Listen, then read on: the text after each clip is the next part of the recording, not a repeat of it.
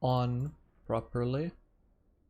And let me get all of my messages and everything set up. Then this. Alright. Twitch should be good. YouTube should be good. Share the links as well. Yeah, what up, Matt Harrion? Let me see. Is the drawing on the screen working properly? Always like to check that. Why is my Twitch saying it's offline? My Twitch should be online. Wait, hello? Why is my Twitch offline? What?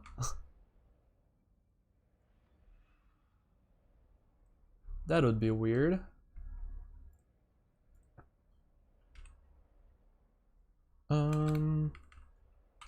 Notification squad.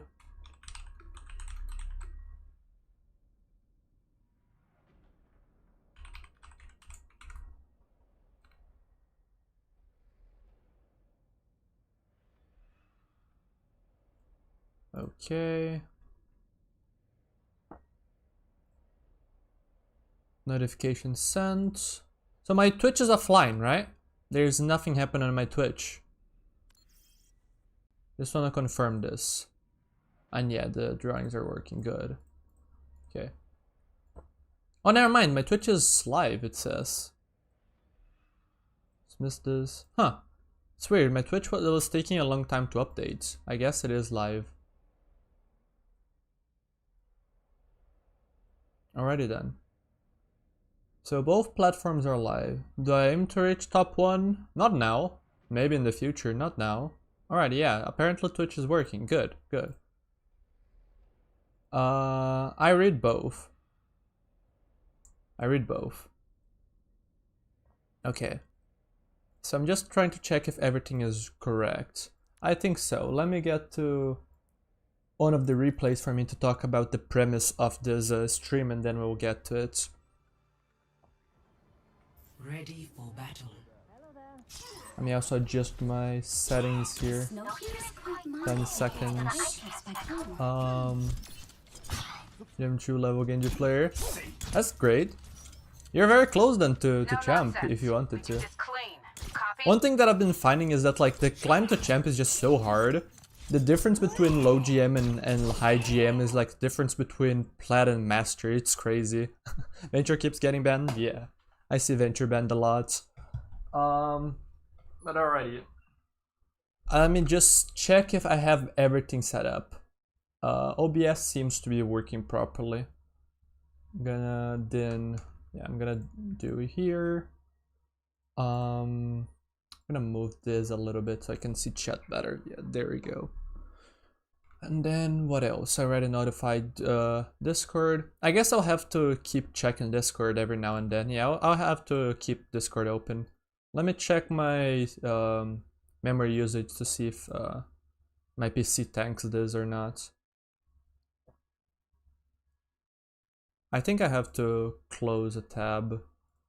Yeah, I'll keep this closed for now. How does this help? Oh yeah, that helps a lot. Yeah, there you go. Now I have enough memory to actually keep all the tabs open that I need for this. And let me stay on the replay project. There you go. Because I'm gonna be needing this. Okay. OBS, Epic Pen, Overwatch.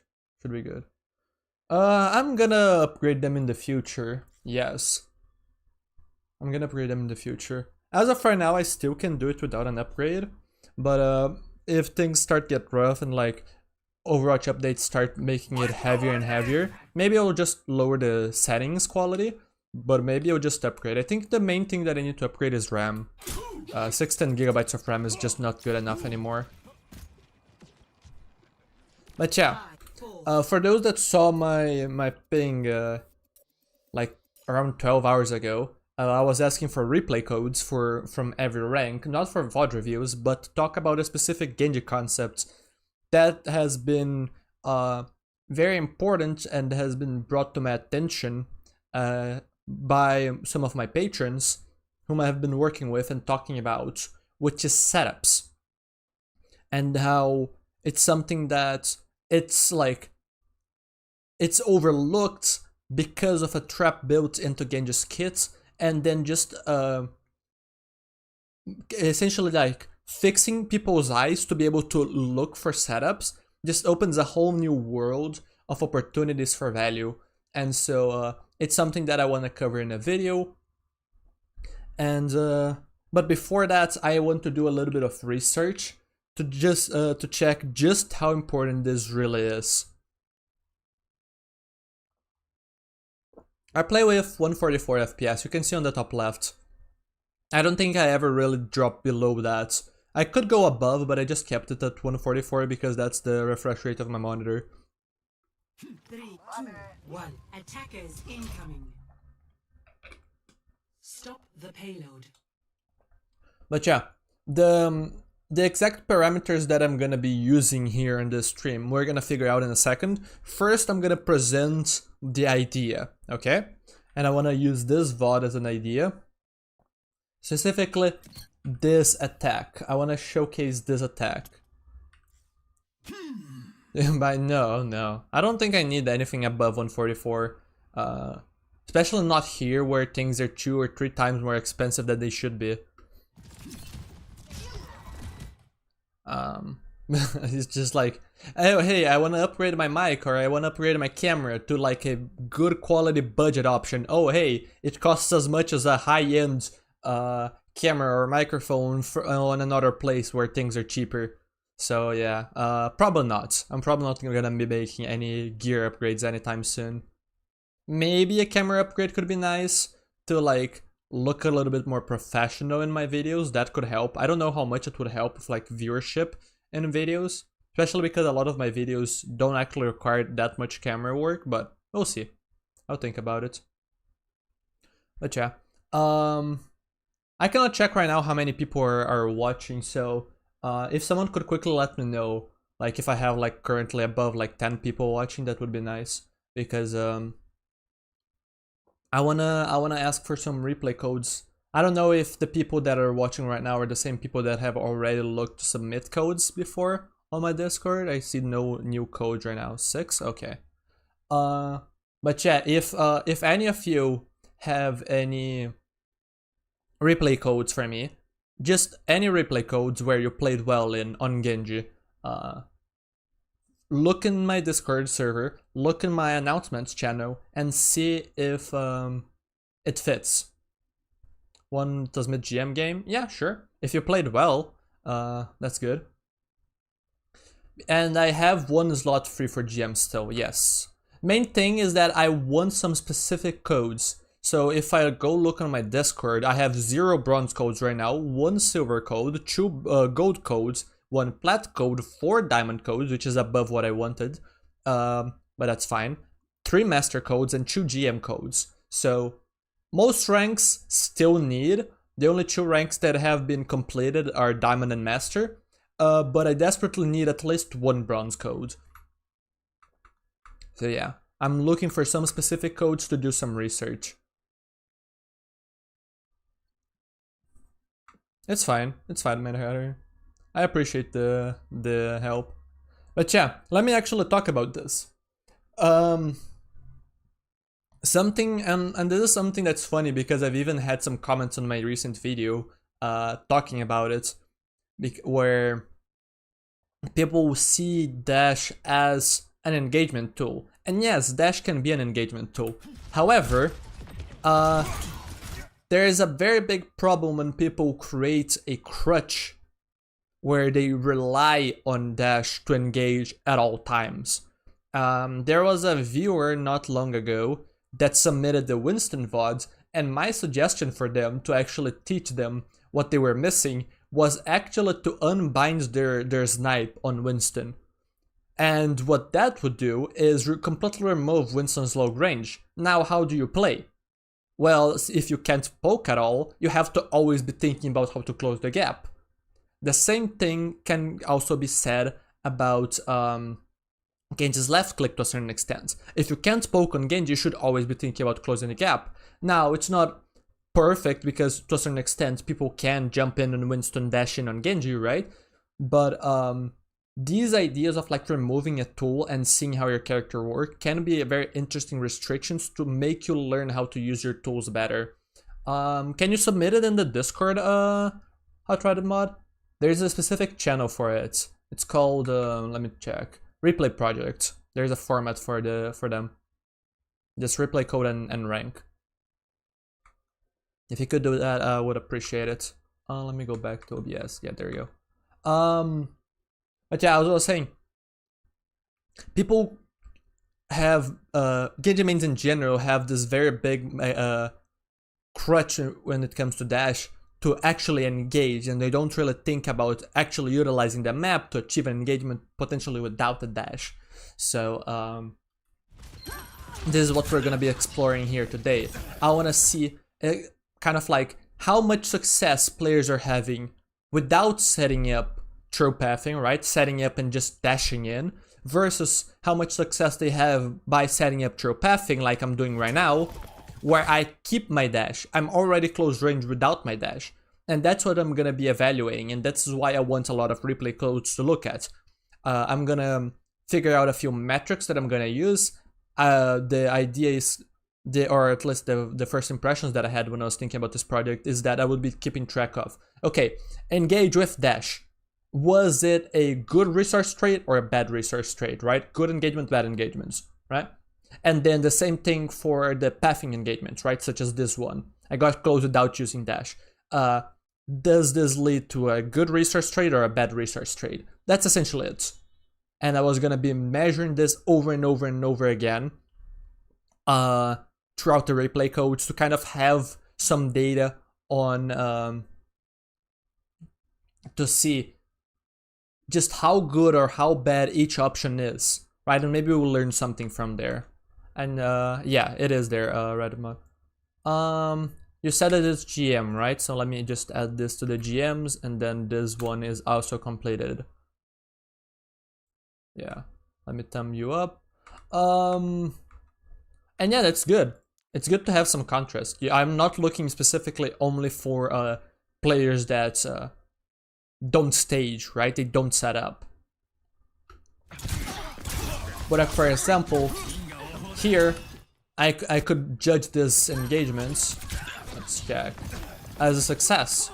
I could potentially also have gotten value from just dashing in, but one of the main values of what I'm currently doing right now is that I have more flexibility on my engagements. Rather than dashing in and doing my burst up front, I can now burst later once people are lower, so I have a higher chance of kill. I can dash through to dodge and be able to maintain more damage. Or I can just dash out, right? I don't necessarily have to deflect. So that also gives me the flexibility to use the deflect aggressively. So no matter which angle you look from, when you can close the gap without dash, you gain a world of value, of potential value, of potential opportunities. And if you watched my video on why your dives get countered, you'll see that a lot of those engagements, or at least like, for example, the 1v3 engagement where I outplayed a Nana, Cass, and Pharah with Barrage on my own, I closed the gap from a blind spot without using dash, and I used the dash as a juke and for damage in the middle of the combat rather than as an engagement tool. If I engage with dash, that play never works. So this is why I'm kind of like trying to research this and look at people's success, because this is interesting. Would you say that I dashed out too soon? No, I'm being looked at. Get a Smurf account and try it myself. I am experimenting with myself. I don't need to Smurf to do this. I constantly do this, and in fact I have a lot of success doing it. It's no wonder that I have started to drop in rank once I overly focused on my mechanics and ended up shying away from my setups because I was focusing too much on landing long range shots rather than setting up. But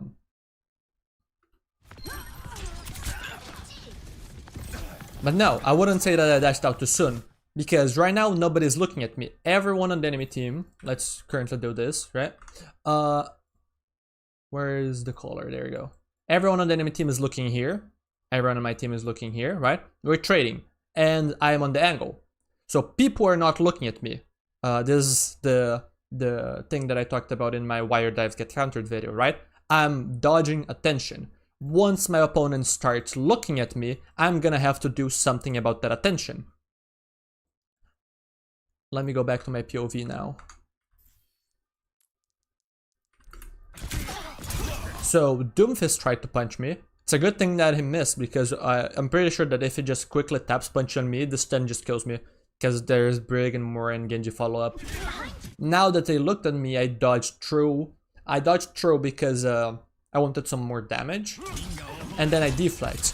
Genji didn't land any shots and whatnot, and I still dropped to half HP because attention is just scary. Attention indicates that damage will be coming in. It's just a matter of foresight as far as how much damage you will take from each character, right? Moira is consistent low DPS. Genji is inconsistent but high potential burst, right? So in this case, if anything, I got out too late. I should do 1, 2. I should already have dashed through. Wait, what happened? There you go. I should have already dashed through. On my second shot, I should have dashed through for a pressure, deflect out. I have done a ton of pressure for free, and that's it. This was greedy. I took one too many shots. But the main engagement that I wanted to talk about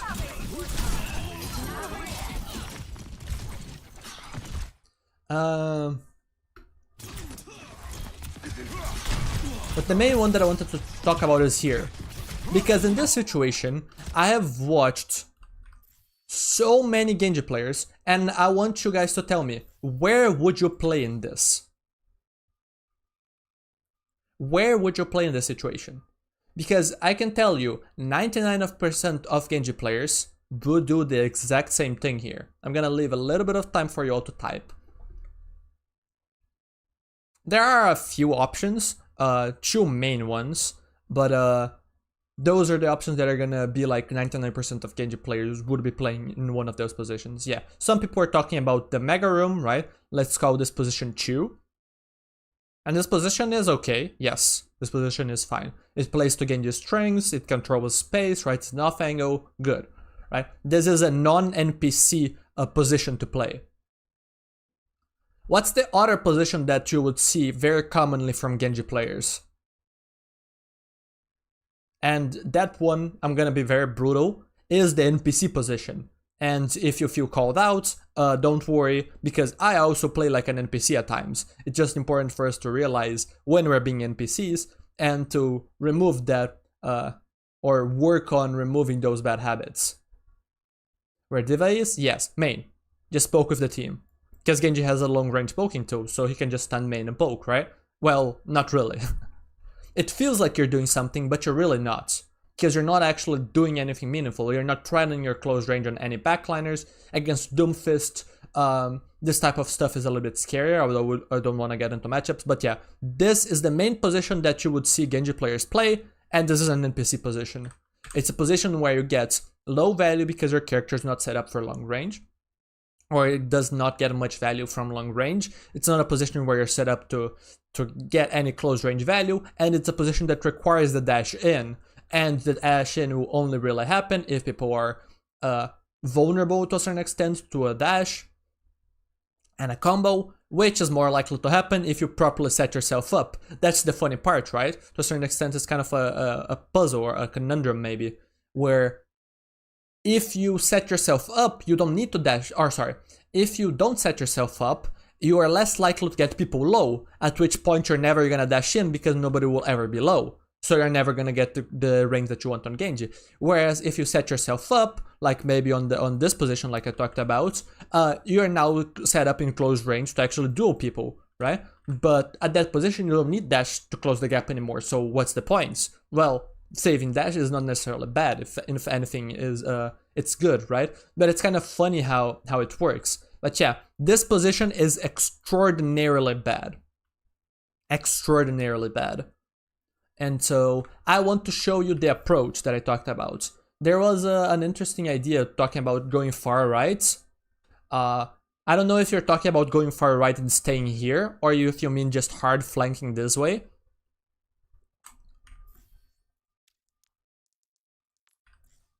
So if you could clarify that, that would help.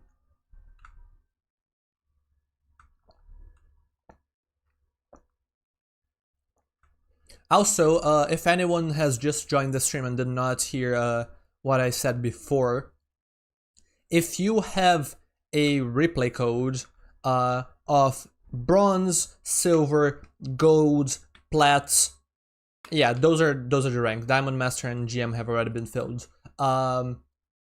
Where you played well, please, if you haven't joined my Discord server already, do join. Check the announcements channel and send me the code, because I'm looking to do some research and I need some more replay codes of those ranks.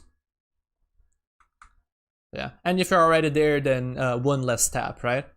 Yeah, I need ideally three bronze codes, but only one would be good enough. Mainly, like, the only rank that I don't have yet is bronze, so this is the one that I'm most desperate for. So if anyone here is bronze and wants to submit a code, I would highly appreciate it. This is not for roasting or anything like that, this is just for research. Already. OBS. Yes, hard flank. Only Genji, yes. So yeah, let me go back to Overwatch, let me go back to my pen. I am juggling a lot of tabs, so give me a little bit of time for me to actually manage everything. More rare than GM? Yeah, kind of. I don't remember what the exact rank distribution is, but yeah, bronze it can be tough to find. But in this case, I don't love this position all that much because it's basically main except on an off angle. You're still playing Genji on a decently long range, which is not great, and you're not helping yourself set up close range. The hard flank could be good if you don't get marked by Freya or Moira when you're walking up, so then you can achieve this position, for example, or even deepen. But I want you all to look at what I do, because here's the funny part. Not a single person in chat, despite some of you already having had advice from me, from my videos, or even maybe coaching, so you all are smarter than most players that play Genji, have spotted what I'll go for. Ah, there you go, now we have someone. Now we have someone getting the answer. He'll be the caveman. Yes, I will be the caveman. So first I actually do take this angle for a little bit more poke and for a bit of an off angle. But then I walk. I'm a little bit slow on actually walking. I shouldn't be focusing so much on my poke. You can see how meaningless it is. And there you go. I have now achieved the setup.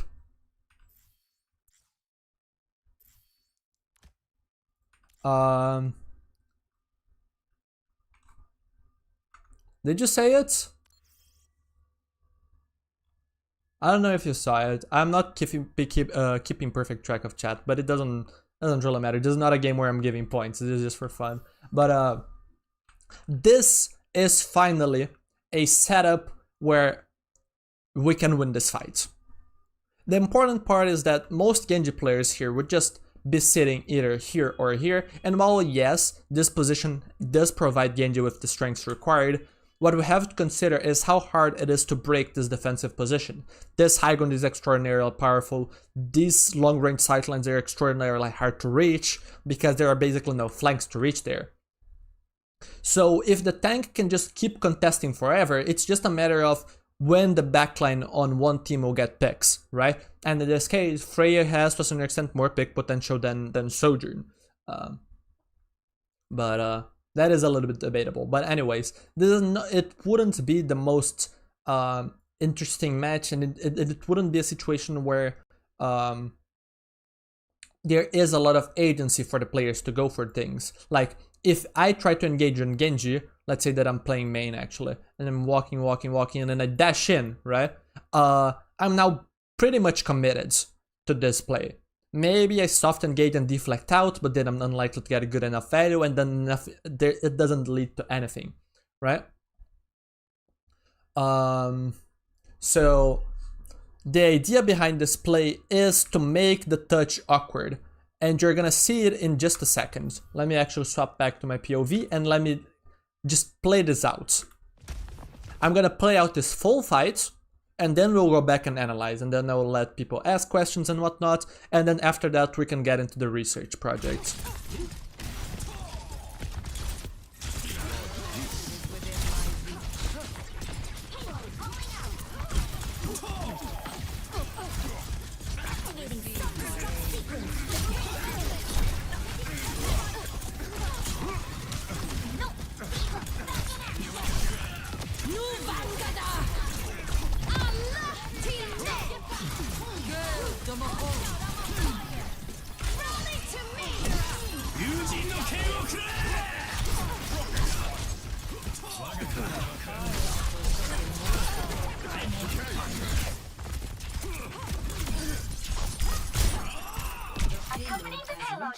Alrighty, there you go. Chaotic for sure. A long fight as well. Let's see, when did it start? Down here. But it all begins from this setup. And it's funny, just how important this play right here is.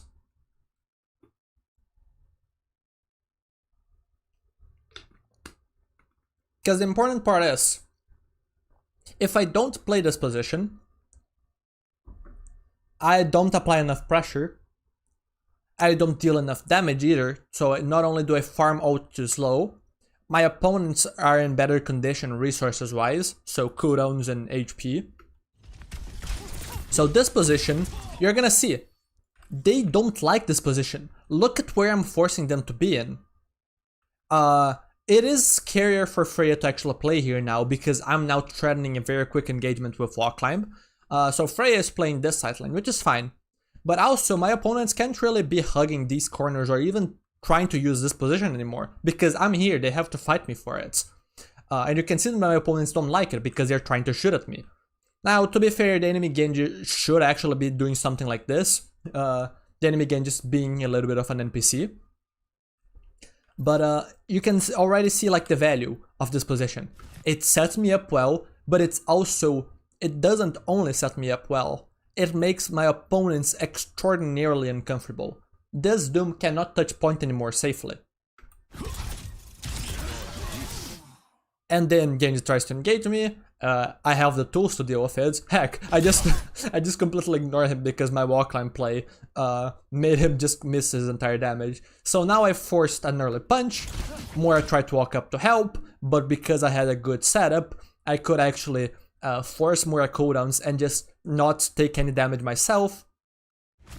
So now we have already gotten a good resource trade against both Doom and Moira, and even against Genji on accident, just because of one position that I took. Wall climb juke. Yeah, Genji's shooting there, so since I know that there's attention, I'm just wall climbing a bit, making myself a bit harder to hit.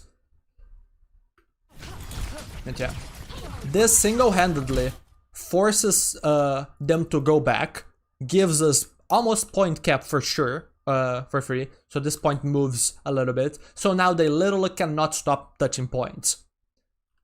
And they already took a bad resource trade just because of my position. Now, I go back to the top, I am now safe, I'm gonna have dash soon. These opponents are forced to touch point, at least a close range one, so they are in an awkward position. So now, I could maybe harass backline, but in this case, I wanted to just contribute on the fight immediately. At this point, it matters less to analyze because just shooting Doom here is already good value. I'm at a good range for Genji. I don't have to overthink and chase this backline and 1v2 them. I can just get insane value in the Doom, and that's fine.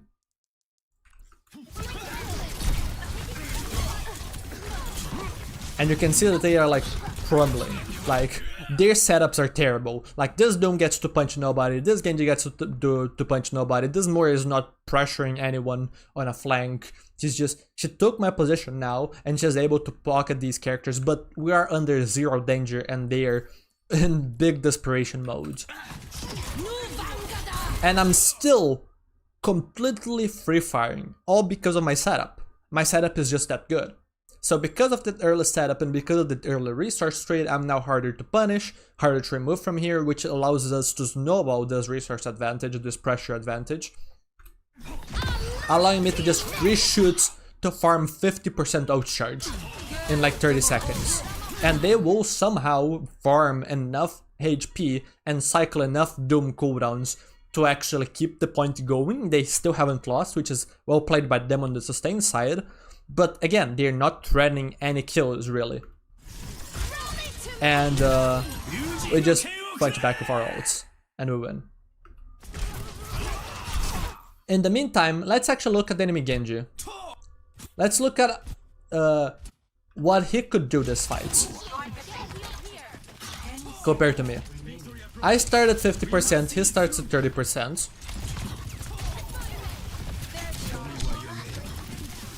Immediately has to deflect at a bad range because Sojourn is scary with Rail.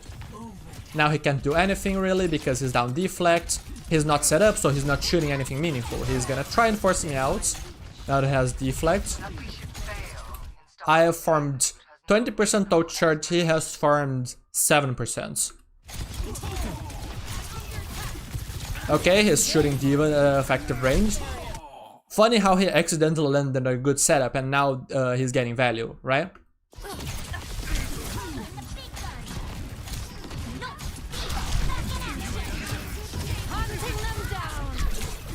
A little bit lost positionally, we're not using cover all that well, but we're actually in positions where we can at least shoot our gun effectively, so we're getting much more value, right? So now, both Genjis are getting similar amounts of outcharge, but if we compare the very starts of the fights, where we're just poking here, this should be a red sign. This is something that we as Genji players need to train ourselves not to do. If we realize that we're in a position like this, we're deflecting poke damage, and we're scared to die at long range, not doing anything meaningful, or we're not landing good damage, like our outcharge is not going up fast. And that's almost always going to be the case when we're trying to shoot at range, because Genji is not suited for this. This should be a red alert to do something now. What this Genji needs to do is either try and walk into this room, set up close range this way, or try and walk to this position and use this position as a setup, or even just hold this angle that I was holding, right? All the code today, I don't know. We'll see. But yeah, let's go to our defense.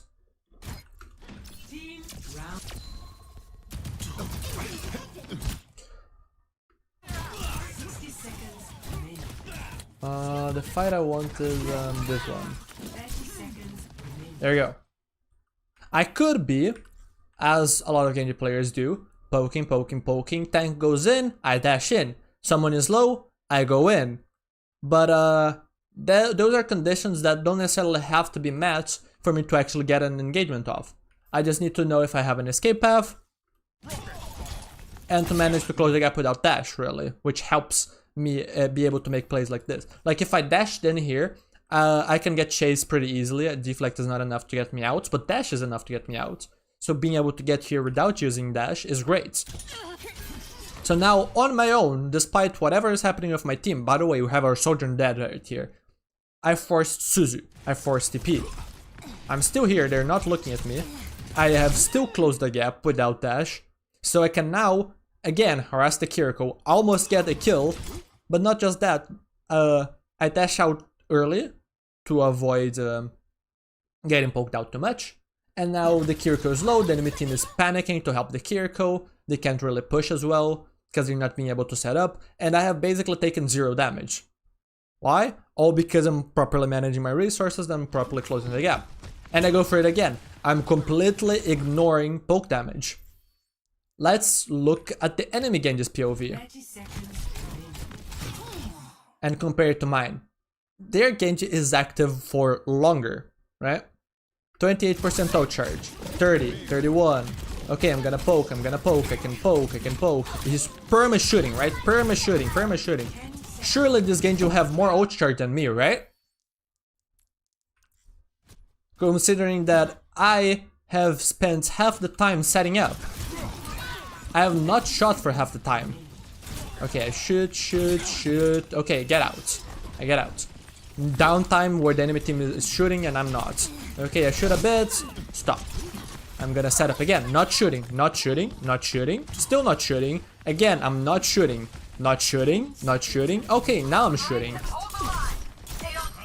And not only do I have more ult charge than the enemy Genji now, despite having spent half the time not shooting, but I've also managed to get a kill.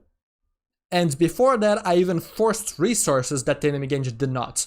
I forced Suzu, I forced TP, I forced Break to pocket the Kiriko, whereas the enemy Genji just shot a D.Va that was getting pocketed anyways. That did not lead to a DMAC. So the resource was low, the ult charge was less than mine, and there was no chance of kill. Do you see what I'm getting at? This already just won the fight, by the way. If I just play this out, we just won. They never did anything about me. So, by just spending half of my time literally not doing anything, just pathing, I actually did more in the fight than the Genji that had 100% uptime. Isn't that funny? Not just damage. This Genji was focusing on damage and he dealt less damage than me, who was focusing on getting good resource trades and maybe potential kills, right? Focus damage.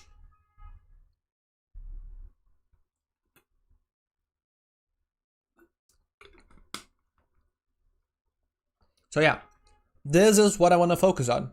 I want to be looking at the success of Genji players like this one that played Genji on this match when they're playing main and the amount of value they get, if it is good or not. And I want to look at the value that Genji mains that are setting up are getting when they set up like this. And I want to compare. I want to see, is the success rate of not setting up 30%, 40%, 50%? Is the success rate of setting up 60%, 70%, 80%? That's it. That's what I want to do. So this is why I need the replay codes.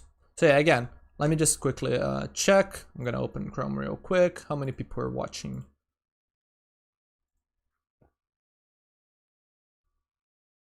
Five on Twitch, 19 on YouTube. Good. Okay, so I'm gonna say this again for those that are new.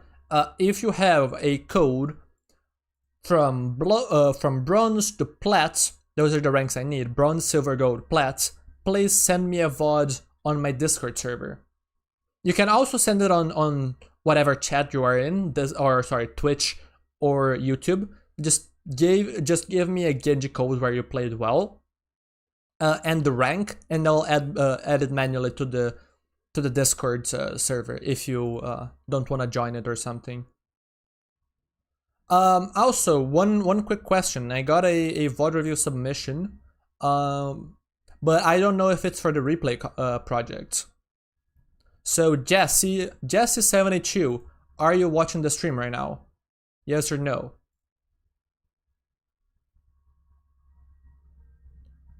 Two is good or not? Experience, Matt Hiron. Experience. Just try it out. See if it works, see if it doesn't.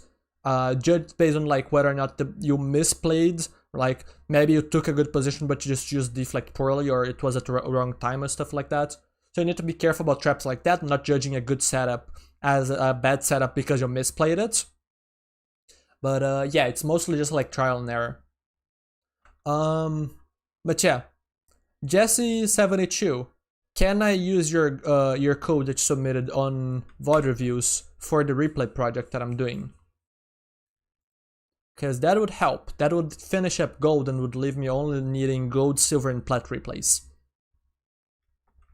Let me check if you're on the stream or not. In the meantime, let me actually go here. I'm gonna have to start importing codes. But yeah, for reference, let me open this. There you go. You all can see this, right? This notepad. Right now, this is the codes that I have. So I'm missing a few on these. That's essentially it. These 3 are already completed. I don't need more of those. And then let me see. I guess, you know what, let me do it like this. We'll put the success rate here. Success rates. I'm gonna have to type a bit. So SR equals success rates. So success rates for non-setup.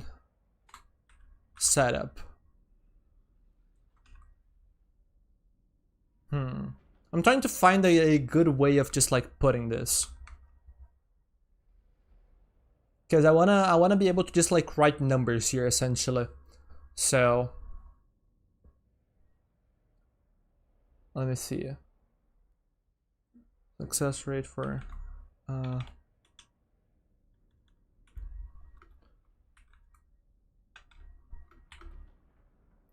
NS equals no setup, and then S equals setup.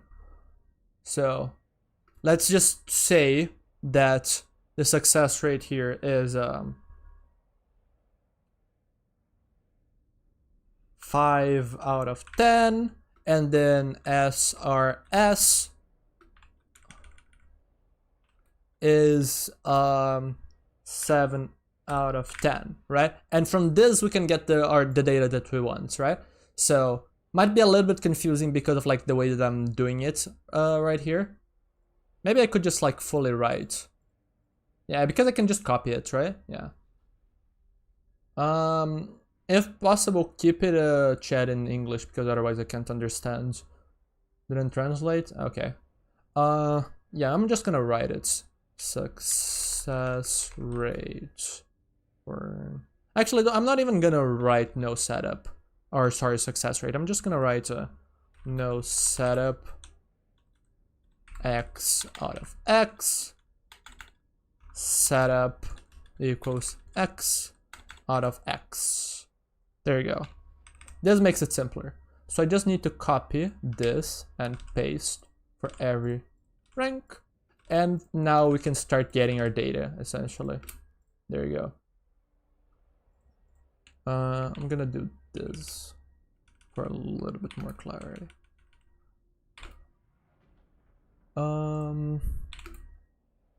Didn't translate by mistake? No worries.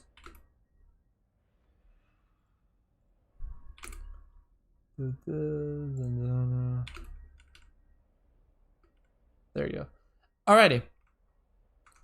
No new codes apparently so far.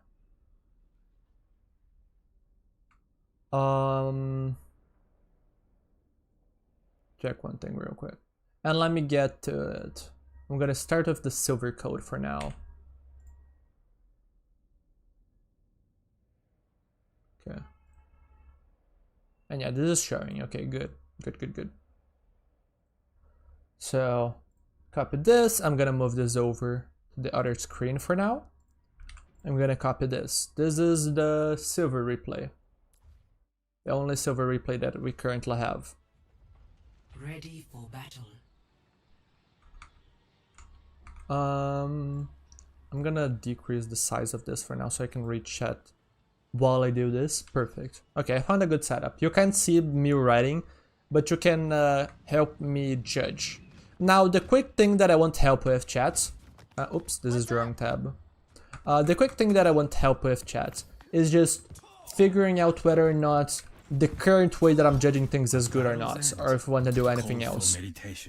Because right now, my first impressions, right, I don't give this too much thought, is that this way of getting the data that I want is fine. We just we just quickly evaluate how much success we're having when we set up and we don't set up. And then from that, we're gonna get some percentages that we can use. Okay, non-setups have 38% success rate, and then setups have a 40-something% success rate or whatever. So this is what I'm thinking about. I'm just wondering if there is some other way that I should be trying to write the data or whatever, right? Like doing the research. That is just what I'm trying to figure out, if this is like the best approach that we have. I think that this is fine. Scared to take on the best player I think that this is fine. Fine. The difficulty, I put you in GM. That's awesome. GM is no joke. GM is incredibly tough. So that is crazy to hear. Well done. But yeah, the difficult part here, right, is how exactly are we judging the quality of the actual play? Because that's what we need to be able to know how to input it, right? We need to know if we're inputting some data on no setup or in the setup category. We need to know if it's successful or a failure, right? So this is what we need to know. So basically what I am trying to think about is whether or not we get a good resource trade, right? If we get a kill, potentially it's fine, but if we don't have something completely like objective, like we're not always gonna get a kill out of an engagement, as we saw on the replay code where I just got more ult charge than the enemy Genji, right? Because I was set up on a good range and the enemy Genji wasn't, right? Like that was a good setup from me, so that was 1 point for setup crew and 1 negative point for no setup crew, right? But we didn't have anything objective or as objective to look at, such as skills to judge it, like we did on the other example that we showed where I got the kill on the Brig and the enemy Genji was just poking D.Va, right?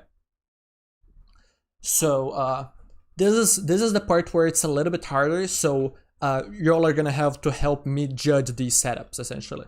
But we need to do this on a relatively good speed. I don't want this to take 10 years to complete, right?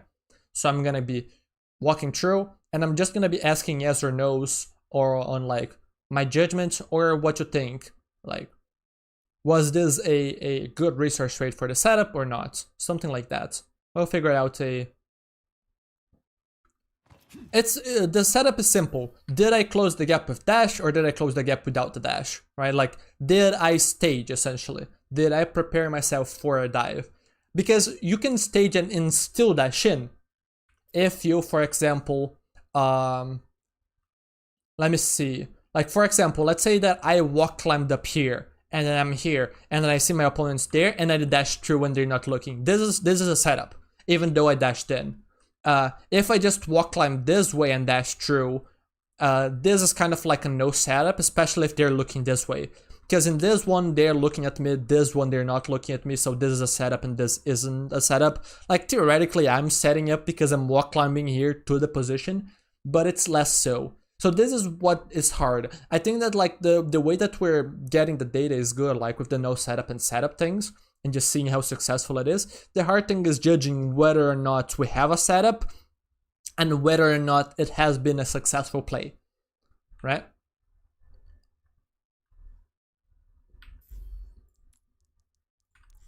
Sorry. But yeah, this is something that probably will be rough at the start, and then as we get more used to this activity, we're gonna get better at over time. So let's just do this right now. This looks like a setup. Right now we're not really diving or anything like that. We do need to judge whether or not we want to dive or stuff. If we want to include stuff like this. I think I'm just gonna focus on actual engagements. Not just like setup for poker or setup for waiting. Might be a little bit weirder in lower ranks, because lower ranks kind of do this type of thing where they just stand main and die. Like, oops, that's the wrong thing. Like, this D.Va just walks half HP, is not getting healed, and has full matrix but just doesn't press the button, right? So it can be a little bit weirder on this rank. Yeah. Um.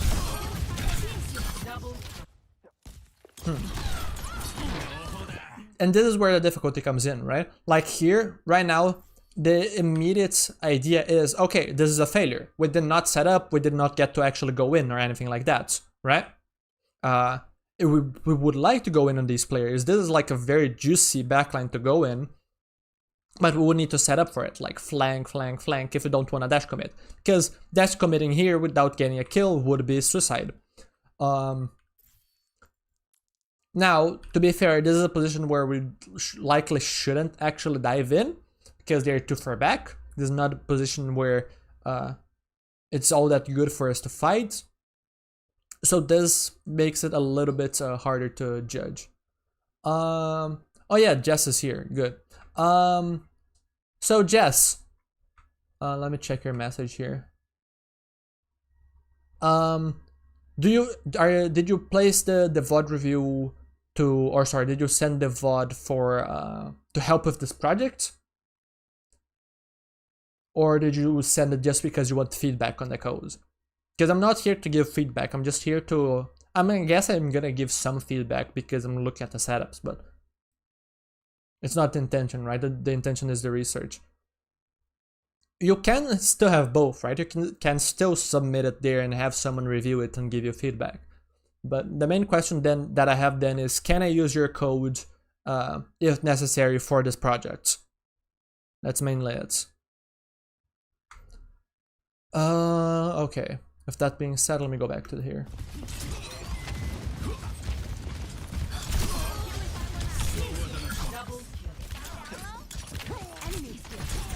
Now with project, okay. Let me grab this code then. This is a gold codes. Let me do this. Let me write it here. And let me write it here. So now gold is good. We're good on gold. So now we only need bronze, silver, and plats. Perfect. Go back to OBS here, Overwatch. Oh yeah, I forgot to say, but there's a storm happening, so hopefully internet doesn't cut out and the stream just goes down randomly. But yeah, here I think that we just have to give points to the no setup crew, right? We didn't particularly set up for this, like we walked close-ish, but this is just a situation where we found someone low at range, we just dash in for the finish, right? I don't think that this counts as a setup. So, silver, no setup, 1 out of 1 for now.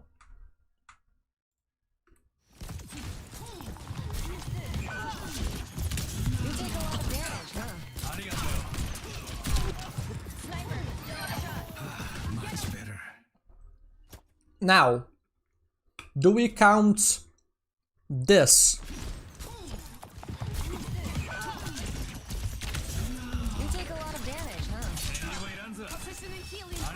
This whole exchange, do we count? Because we are standing at a range where we're risking getting one shot by Widow, and we're getting poked out by other characters that are better than us at range, or mostly. We're costing us a bunch of Kiriko healing, and we're not really getting anything in return, right? So we almost died again, and we're not really doing anything. I think we count this, because realistically, if we want to poke, we at least need to be creative, peek angles that you're not looking at, or we just need to set ourselves up to engage them, or we need to just wait for them to walk up. So I think that this counts as no setup. Yeah. So so this means no setup is at 1 out of 2, so 50% so far.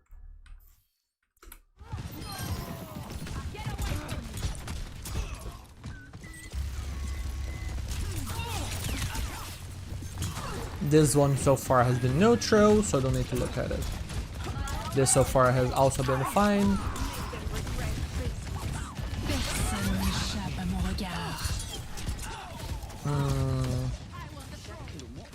That one is a little bit tempting to put on a failure for non-setup, because this is just a bad deflect.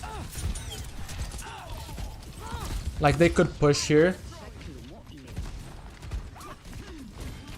This is the tough part, right? Do we judge that as a failure on the non-setup part, because we just lost deflect for no reason? Might be a little bit harsh.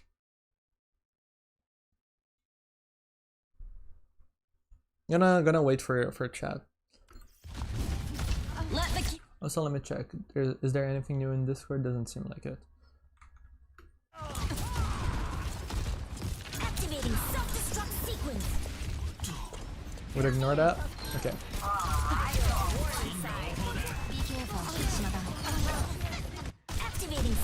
Let's look here.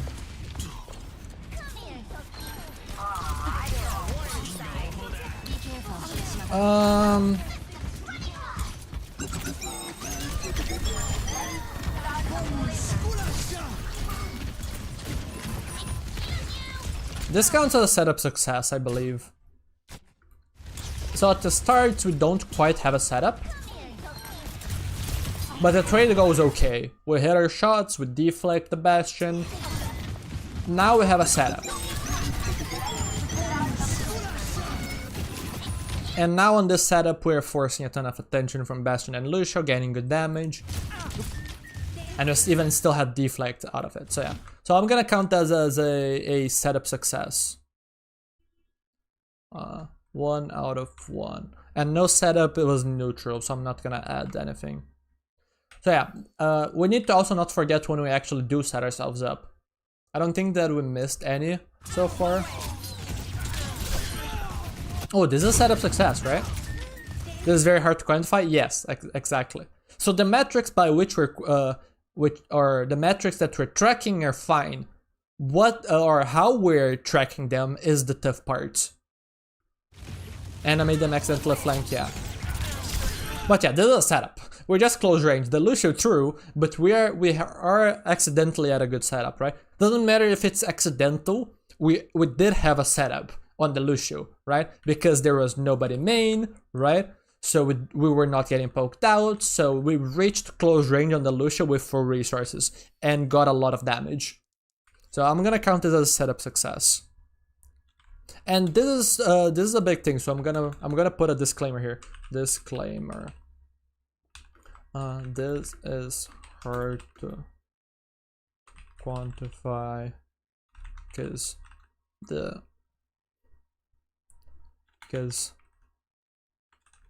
whether or not something isn't a setup and got or didn't get value is subjective.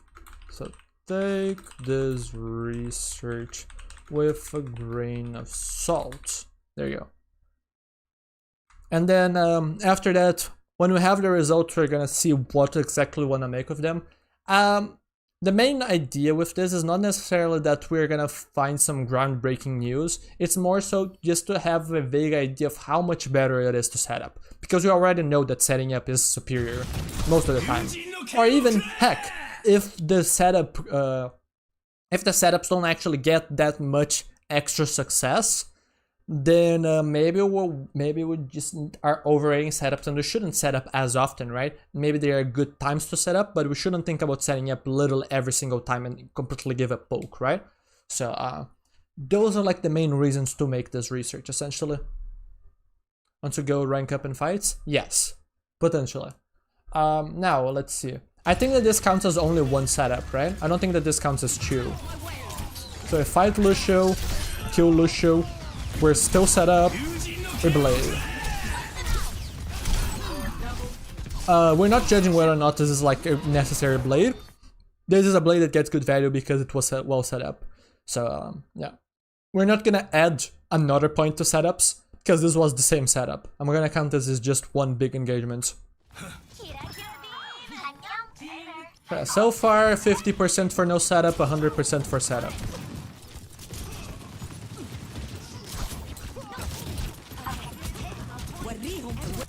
Wait, let me go back. Nothing happened, right? Just us poking Lucio. Lucio runs away. We didn't really lose resources. Does this kill on junk count as no setup? As much as it hurts me to say, I'm pretty sure that this has to count as no setup.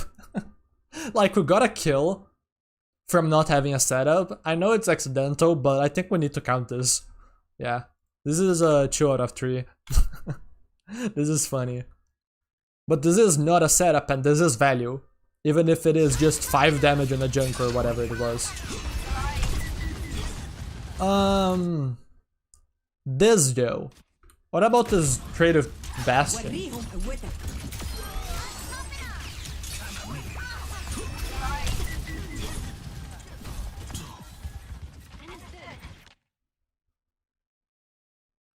This is tough. Do we count that as a failure for no setup crew? Or do we just say, okay, no, I think that this is a failure. We were standing in the open, so we got our cooldowns forced, we didn't get anything out of them. It's not like the Bastion went out of his way to force us out or anything like that. The Bastion was just main and we gave him value by not being set up and just burning your cooldowns, right? If we had a good setup and the Bastion went out of his way to force us out, and then we had to use our resources to live, I think that would have been fine. But I'm gonna count this as a failure for no setup.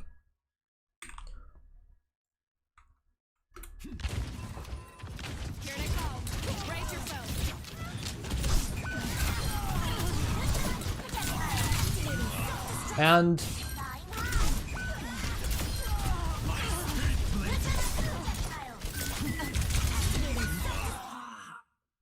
I think that this counts as a failure for setup.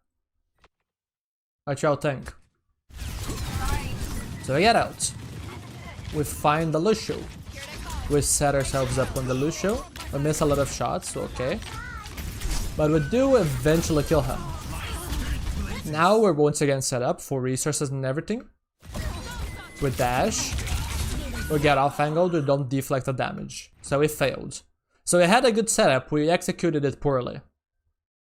So this is a failure on the good setup, right? So 2 out of 3. It's just a matter of, do we count the Lucio kill as a success on the setup? Do we bump this up to 3 out of 4? I'm gonna give you all a little bit of time to discuss this as I go grab more water, because I need some more.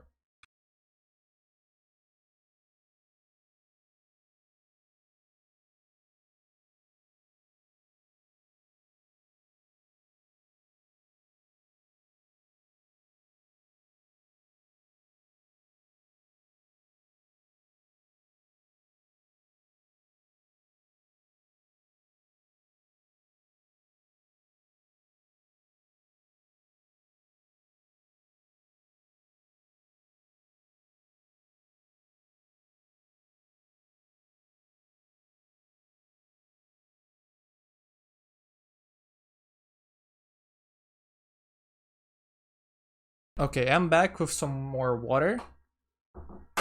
This is an interesting idea, actually. I read it as I was getting out of my room. If anything, I think that was a bad setup. Rotate mini and free Ana kill after the Lucio kill had no reason to stay main. The engagements to be longer. If there is no downtime, the engagement is still ongoing. Yeah. In that case, let's go back. Oops, that's the wrong thing. Let's go back here.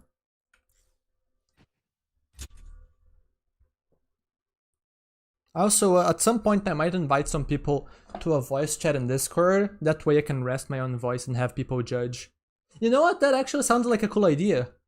Because theoretically I should be having lunch right now. There's pizza ready. So maybe I just invite some help from people in chat if they want. I eat some pizza while I have you all judge and talk in my place. How does that sound?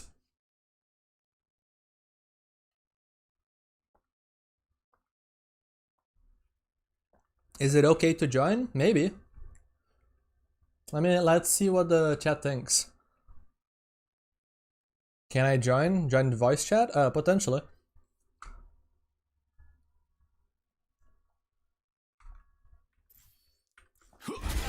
Yeah, let's quickly just figure out this fight. first. So you're gonna be counting this as just one long engagement, right? We're down later? Alright.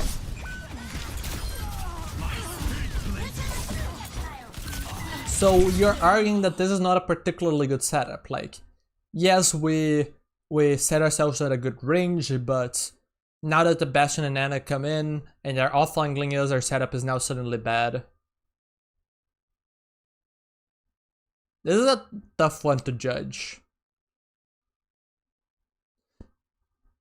Do we ever like completely ignore this and don't add anything because this one is just confusing and hard to judge?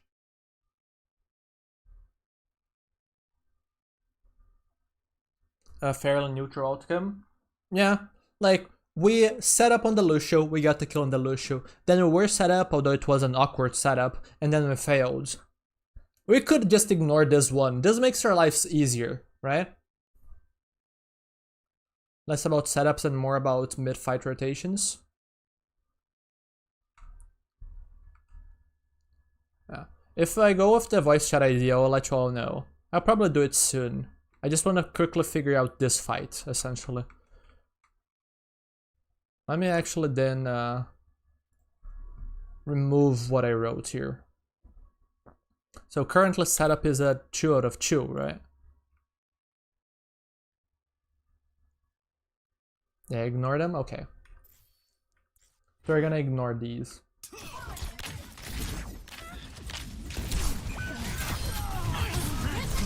I really feel like we shouldn't ignore these. Because like, this to me does feel like a setup failure. Like we executed the setup poorly.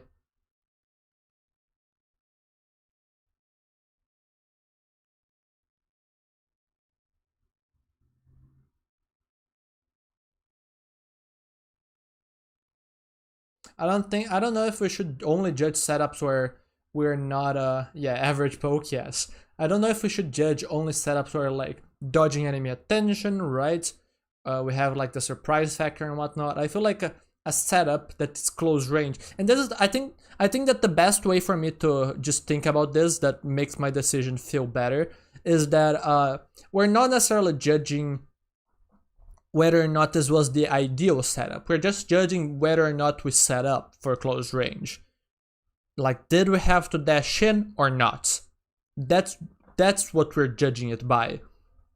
So I think that in this case, this counts as 1 point for setup and then 1 point against setup. Because in both of these we're set up, but in one of them we execute well, killing Lucio, and in the other one we execute poorly and die. So that makes it easier for us to judge in the future, because we don't have to overcomplicate it.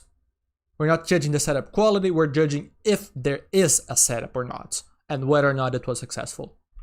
Yeah, I'm fine with this. I like this. So then setups go from 2 out of 2 to 3 out of 4.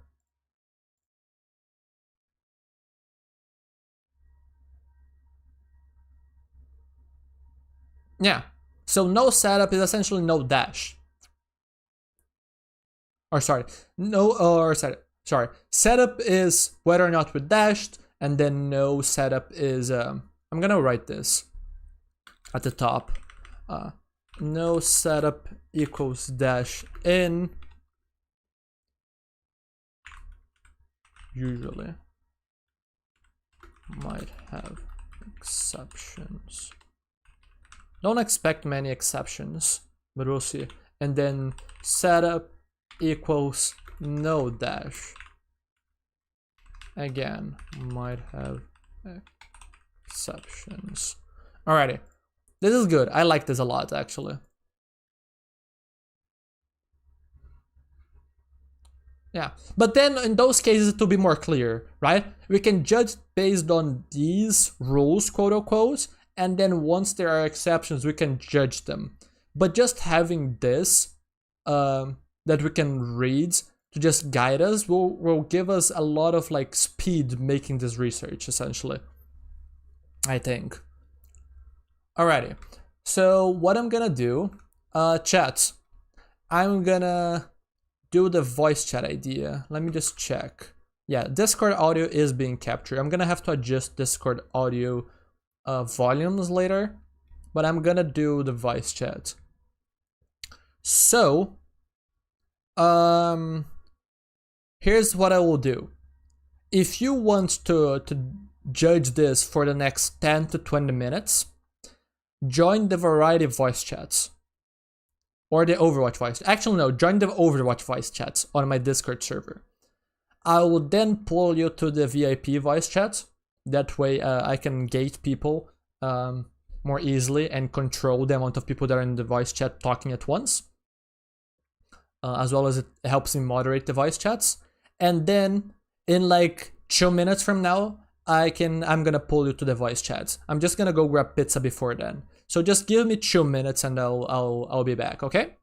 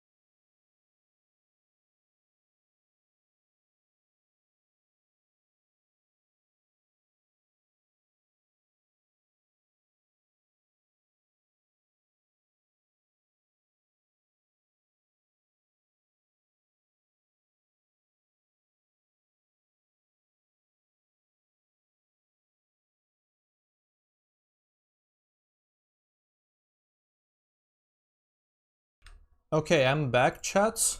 Let's do this. Join this. There we go. Hello? Oh, hello. Okay, yeah, your audio is capturing here. Yeah. Oh, okay. That's good, that's good. Do you need me to stream by any chance on this Discord channel or? Oh, yeah, because it'll be really delayed. Okay.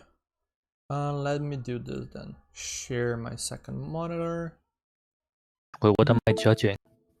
So did you just come back recently or were you watching for longer? I just came back recently. Okay. Also, real quick, does anyone else in chat wanna join in on this, or not? If so, please let me know in chat if I need to like drag you to the voice chat, okay? Alrighty, let me do this. Okay, let me explain then. We are basically judging whether or not setups or no setups are successful. So let me just quickly, oops, that's the wrong button. Let me go back to Overwatch and talk about it here to give you an example. So in this situation, we achieve a setup here in the Lucio, right? We did not need any resources to go in. We just got close without dash. And we are gonna get value because we're gonna kill the Lucio. Yeah. So this is one success point for the setup crew. Now we're still set up because we're close. We did not need dash to go in, right? We can use dash if we achieve a setup, if we want it for a dodge or damage or whatever. But we do end up dying, so this was bad. So this is a negative point for the setup crew. This is kind of what we're doing. Earlier on, we had a situation where we're picking a Widow Yeah, let me just quickly give this example too.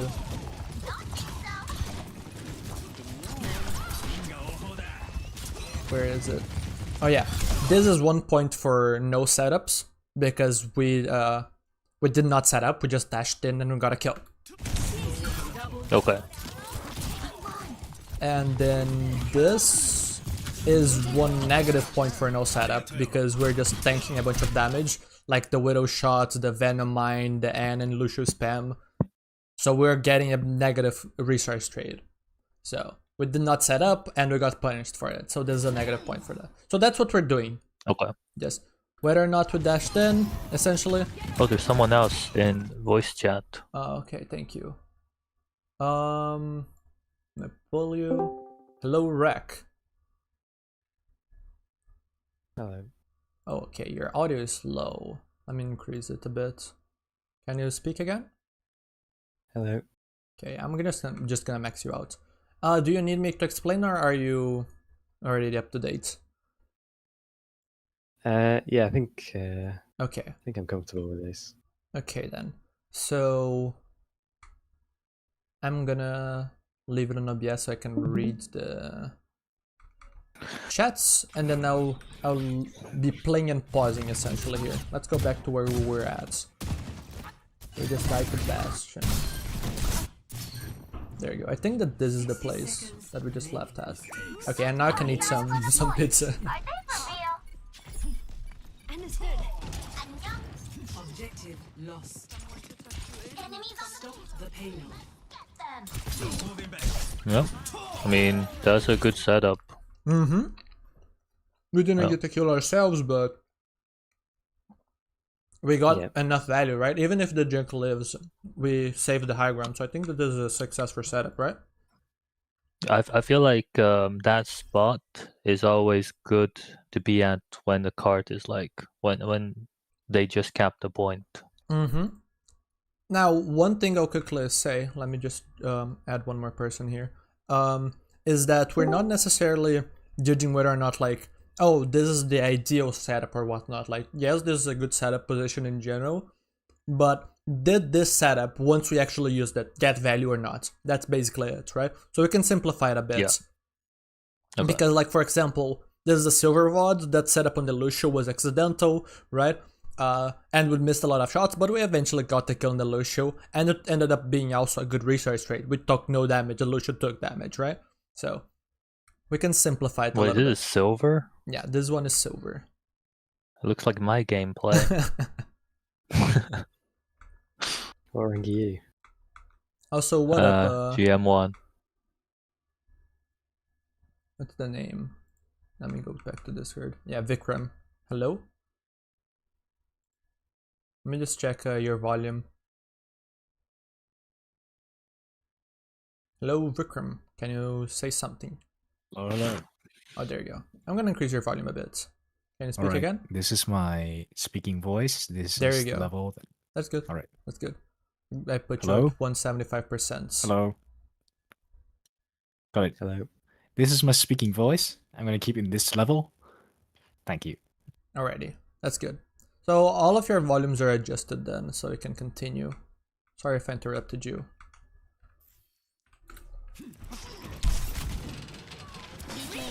Don't move.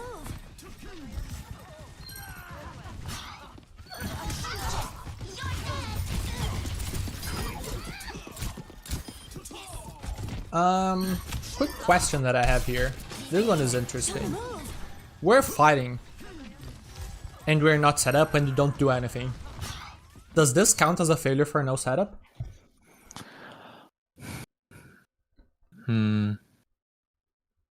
It's tricky because I would say he was set up, just not very well. It's more a failure And- to account for where the fight is taking place instead, I guess.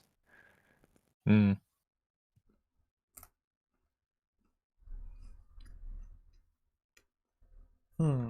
Also, it was kind of a neutral outcome.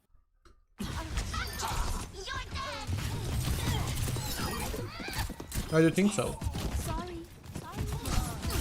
Your choices lead to your fate. Let's watch this one more time. I mean, that was good, That was good at the end. Yeah, I need to see it one more time.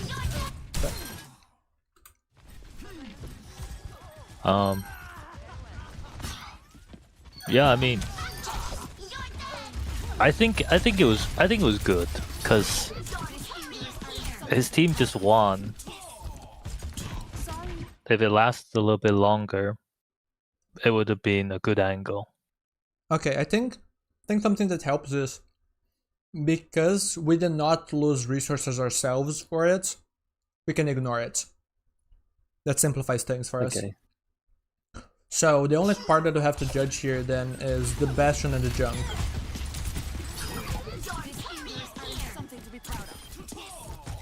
I mean, there's no setup, but it doesn't. I feel like it doesn't really require setup Yeah.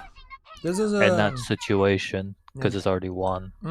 Yeah. So this is 1 point for no setup. It's a cheap Okay. point, but I think we have to give it this point. Okay, sorry. To make it very, very clear for myself, basically, whether they set up or not, and whether it's successful or not, right? All right, got it. I feel like you should always set up though at the start of the fight. Yeah. But we're not judging that. That's what we're trying to figure out. This is the point Yeah. we're going to be making in the video on this. Right now we're just doing the research on the data. Like Okay. what's the percentage of success when we don't set up and when we do set up? Because I would suspect it's below 50% on no setups and above 50% on setups at the very least. But yeah, I believe that this is just a very simple failure on no setup. Because Yeah. we just tanked Ananade, we forced Suzu, we lost Deflect. Like, this was just a terrible trade. Yeah.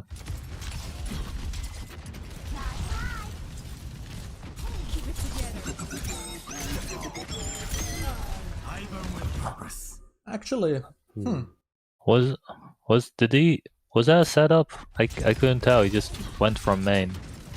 I think he just saw an opportunity. yeah. This is no setup. I think no, so Yeah. Now, we did arrive at a setup. So before we had like continuous play where it was set up and then we continued with the setup, it counted as 1. I think that here it should count as 2 because we're swapping it up, right? We won, had a success on no setup, and now we're probably gonna see a success on the setup. So we're probably gonna have to give a point to both here.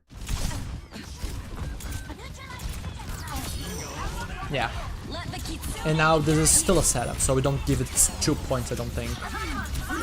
Unless we suddenly fail this. No. Oh, he's resetting. Yeah. So I think that here, let's see if you all agree. This is a point for setup and a point for no setup. Yeah, I mean, I guess. for me, Yeah. it's still difficult for me because as such a, if we call that a setup, I mean, he's in a good position, but he's done nothing really. He's not gone out of his way to go there at all.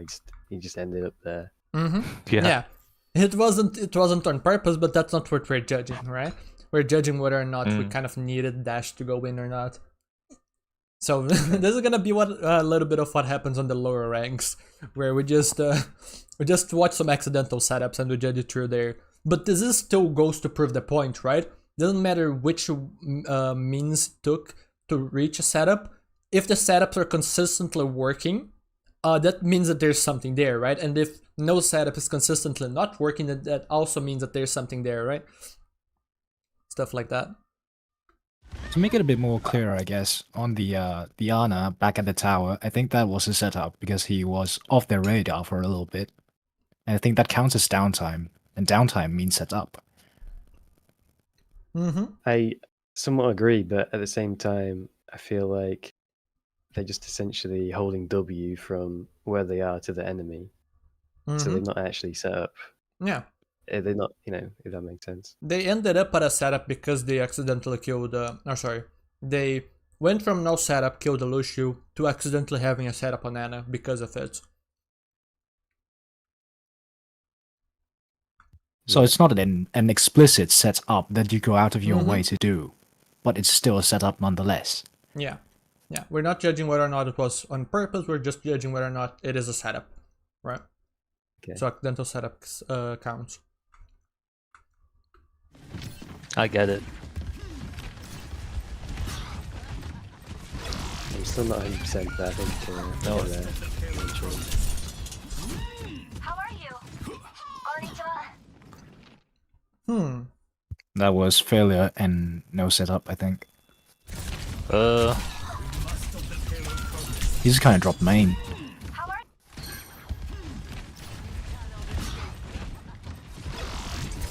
I mean, he was already down 2, so How are you?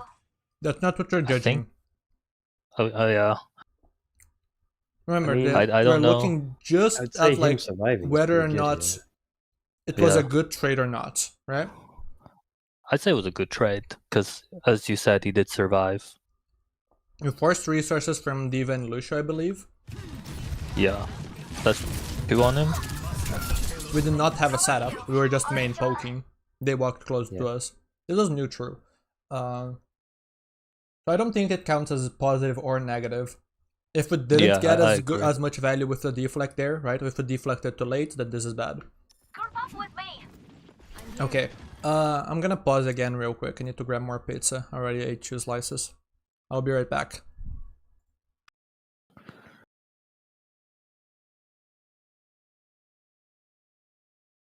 Wish I had some pizza to chow down on. Same. What time is it for y'all anyway? 5:20. Yeah, same. PM. So America's, right? Yeah. No. Right. UK. Okay. Oh, what the hell? Wait, what about you? Are you Australian? It's close. I'm from Thailand. It's about 2300 right now. Okay. Oh. Is that close? If you mean we're far away from Australia or not, then it's about an hour, 2 hours off, I guess. Okay. Damn. Sorry for the delay. I'm back. Let me see. OBS is unmuted. Discord is unmuted. Okay, good. Let's continue then.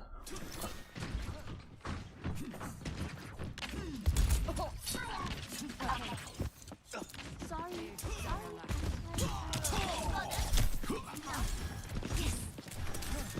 I am restored. Initiating defense matrix. We need to stop the payload. Nothing gets past me. Activating. Also, if y'all want to pause, like if you think that that counts as a point for anything, let me know. Sure, yeah. Because right now I feel like this is all neutral. I don't think this is enough for us to count anything. I mean, maybe it's a setup. He spots where they are and then he goes in for the blade, I'm guessing. Okay, that was bad. I think it's just The setup was good though, just the results weren't there.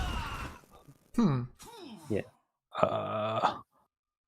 I'll let you all So discuss setup, a bit. but actually. failure. I'll let you I guys don't know. discuss a bit. I think it was kind of bad. He should have known that he saw where they were. And then he dashed, like, too far. Yeah. This is definitely a setup, right? Yeah. Yeah. He even loses. I mean, yeah, it's, but it's a bad trade. So it's a failure. yeah. I personally would not do this. Yeah. I would also not take that perk. Real. My feeling when I watch people pick the blatantly bad perks that I discussed about being terrible for 6 months. But yeah, the main question that I have here is that like Blade to force beat is not terrible. And not just that, like we got lost, but we forced a bunch of attention. We eventually got the kill on Yeah. Mei.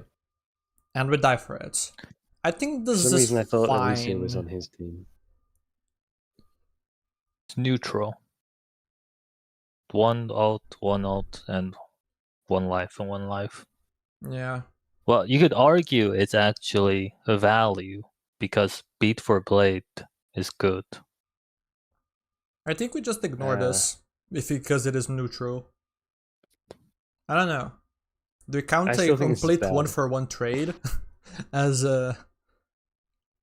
as value or as bad value? I feel like he should not have gotten that kill. Mm-hmm. I also agree, but this is beyond what we need to judge. Yeah.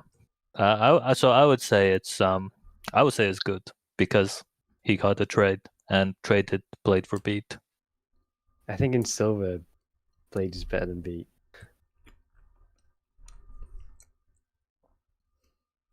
I don't know. Because beat is easier to do. Just press one button. Yeah, but you need to actually time it, don't you? You have to time the blade. I would argue all are overcomplicating again. Yeah. I just think this is a failure. Like, sure, he pushed out the beat, but I don't know. I think that's that just... I think that the facts that we have is we traded one out for one out. We traded one kill for one kill. Do we think that this gives a point for anything or not? I think it's slightly, very, very slightly positive. What was someone else gonna say? If it's positive, we should not have died there, I guess. Yeah. If it's really positive. I think we ignore this. I think this is too neutral. Alright, go next. Hmm. Misery made manifest. 60 seconds remaining. Finally, a real challenge.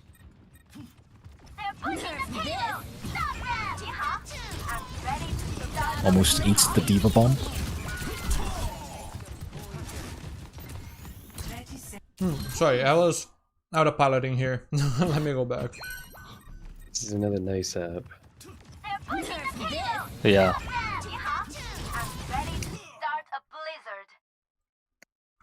Oh, someone in chat is really struggling to type exclamation mark coaching.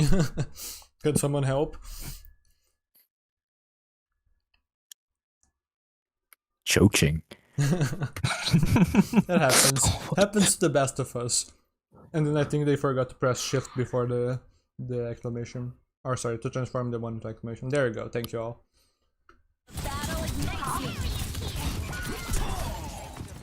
I mean, English is not my first language. Also, so I can't judge him.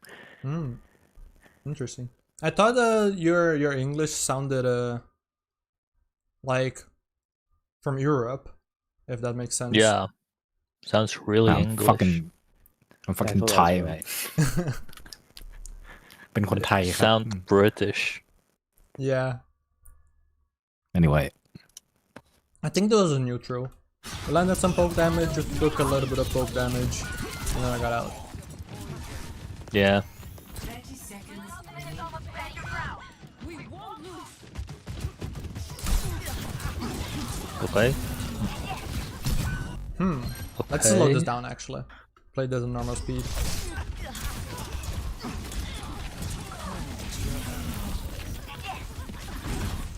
Was that a setup? I don't think so. If he had set up, it would be on the mega by the staircase, This is a setup. or even wrap around all the way to the arch. This is a setup. That would be a setup. This is not the smartest dash, but this is a setup. We were going Oh, into yeah, a I mean, flank, we mostly closed the gap without using it. We're using the dash as a juke Yeah. and as pressure. How is this a flank, though? It's an angle. Yeah. But like if I were to do this, get a little bit closer, yeah. Here, and then I need my pen. Like I don't know why they're FK. I guess this is why they're silver. But like the attention is here on the door. We're coming in from a flank, like right here, right? We're not just like walking through the window and dashing in, right? We're at least dashing in through the flank or something. So I would count this as a And setup, D.Va's coming out. even if it's not like Yeah, anything. D.Va's coming flashy out the or other anything. door as well. Yeah. They're looking at a closed door. Mm-hmm. That's crazy. Oops, I That is forgot crazy. to delete this. There you go. Let me organize my It's difficult tabs. for me. Overwatch, POV. See, I would say this is definitely not a setup, just because they're all looking the other way. He's just walked out and then dashed in. To your end.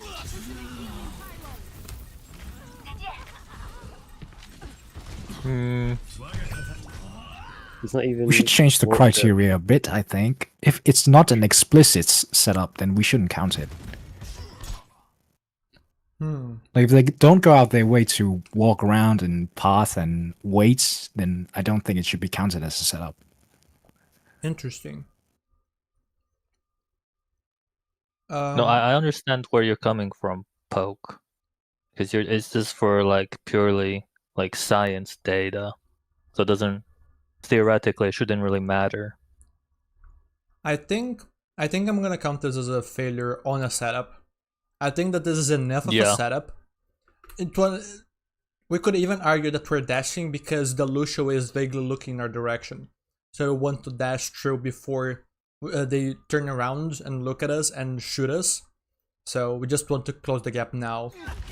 If we wanted to make the argument for the sake of the argument, right? But like, even though it starts well, we end up just dealing negligible damage and nothing happens from it, and then we die. So I would count this as like, this was promising, we could have done a lot here. This wouldn't necessarily win the fight, but it doesn't matter, right? If we got a good research trade to force the cooldowns of 2 DPS, for example, and then we got out with our own, right, and we lost the fight, that would be positive for setup.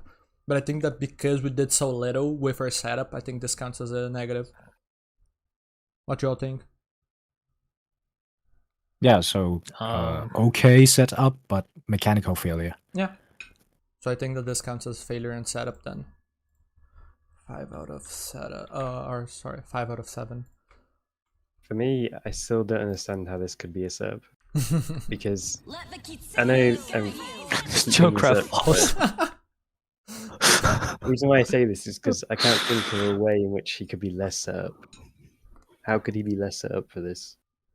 I guess Well, it can be counted as a setup because D.Va was coming out the other door as well. So we are casting a very wide net here, so I understand how you would not count this as a setup, but we're speaking very broadly, casting a very wide net, like I said. So Yeah, we if he are. went with D.Va, would then that not be a setup?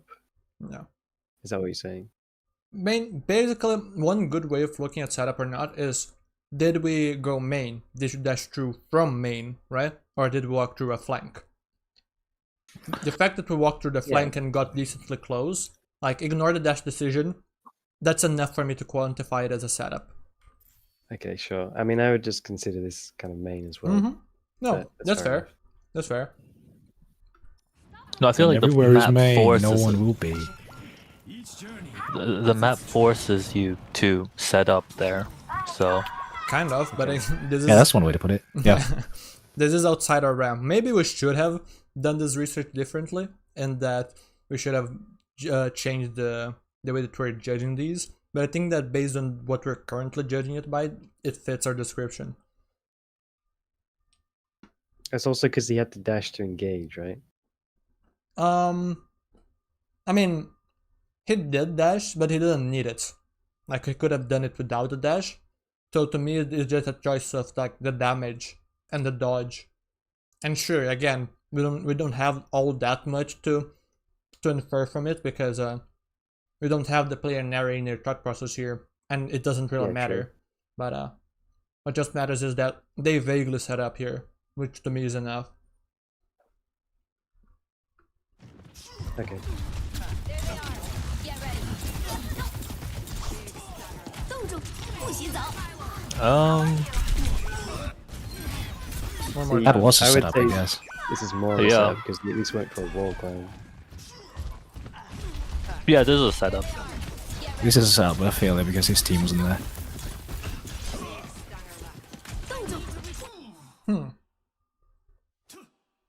One more Well. time.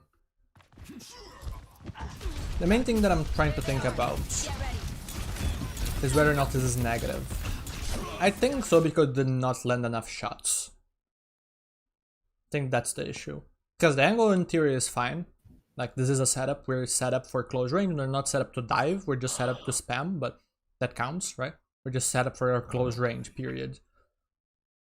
Mei freezes it up close, which is an argument for not setting up, right? Like having characters that are against our setup. I can even go into another replay after this. We're actually, let's go now, 7:36. Circuit Trail. This one's a good example. Okay. Ready for battle. Where I'm playing ball.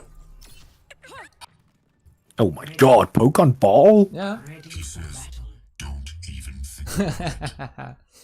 I am a I high-ranked, cannot play ball. tank player.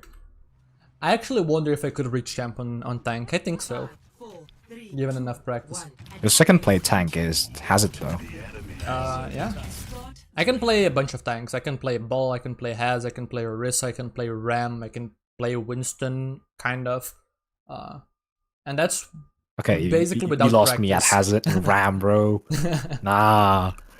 That's the thing, like, I just I play can Ram. play a lot of characters because of my knowledge on the game. that's one of the benefits of being a coach. I don't have as much that's good. That's mechanical good. practice, but I have more mechanical practice than most coaches, so I can execute on some of these characters that aren't as hard. The main reason I can play ball is because I have a few 100 hours on ball compared to, let's say, Hazard, which I have like 40 or less. Right? He's less mechanical, so it's doable.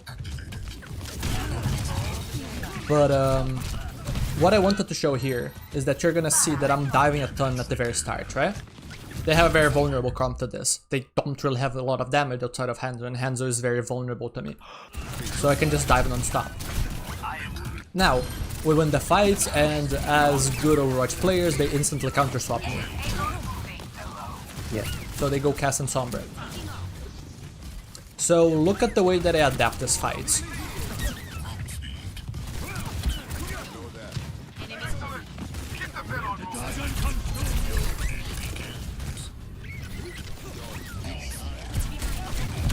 And we kept the point. Has reached the checkpoint.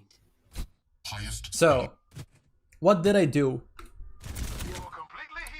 You baited them. More importantly, Baited the angle. yeah. But more Pressured importantly, the angle.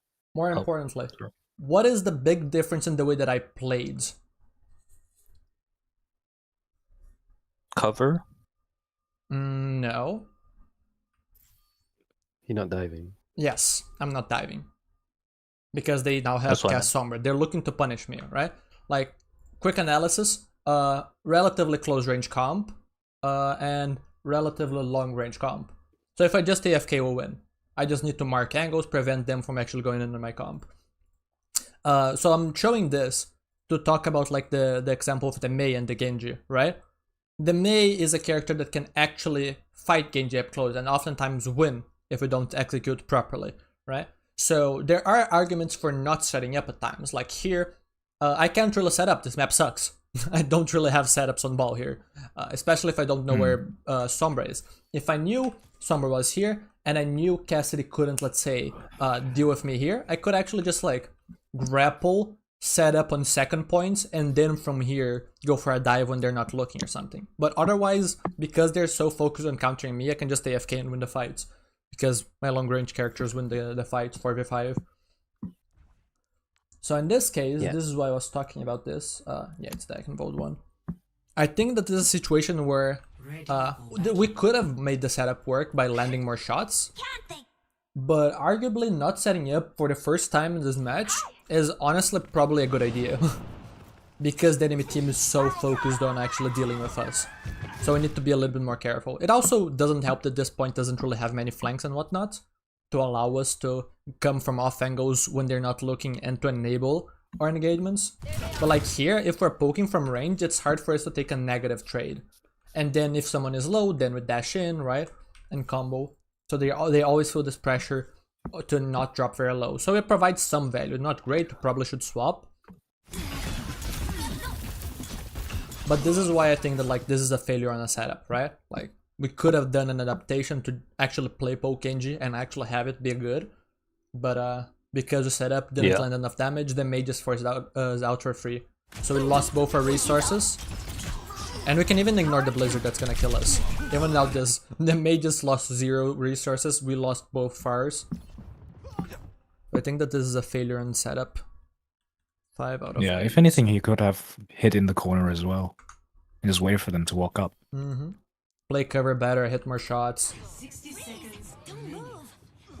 The payload is approaching Clear its those nodes off the destination. payload. Activating self-destruct sequence.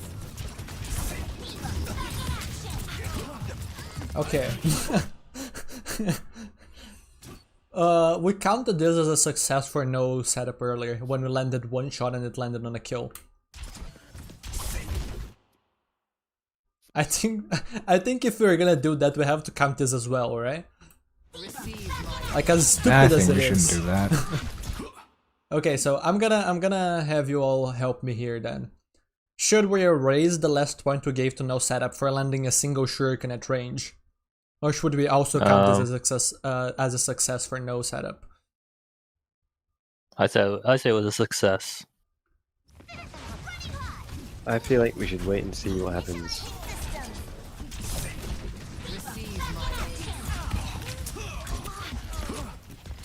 Because it's still ongoing. Yeah, okay. Success. Yeah. Alrighty. So no setup success then. 5 out of 8, so they're tied. They're tied, but we have been much more lenient with the no setups, so that's funny.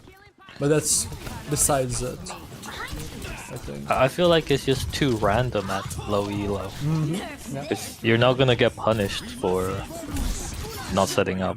And honest, I mean, depends. We got punished before, but this is something interesting and actually gives me a little bit more interest in looking at more VODs. I'll probably not do all of these at the same depth as we're doing this one, especially because the first one is always harder. Because we're trying to figure out whether or not the systems that we created to judge it are good. But certainly makes me think, like, are setups better on average on lower ranks or on higher ranks or what? Like, do lower ranks simply need to work more on hitting shots, whereas the higher ranks need to think about setting up more? We could have a lot of different takeaways from this, which is actually quite interesting. Yeah.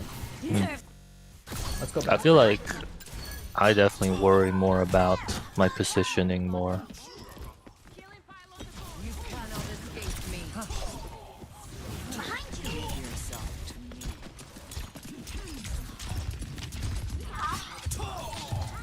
Nerf this.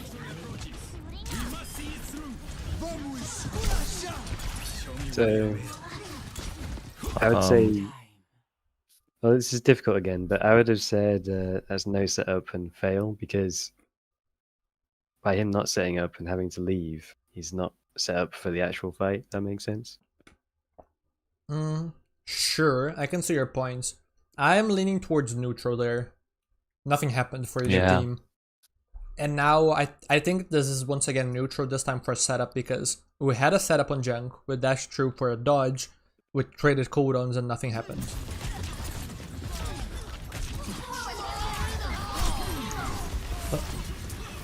Oh, that's a good setup.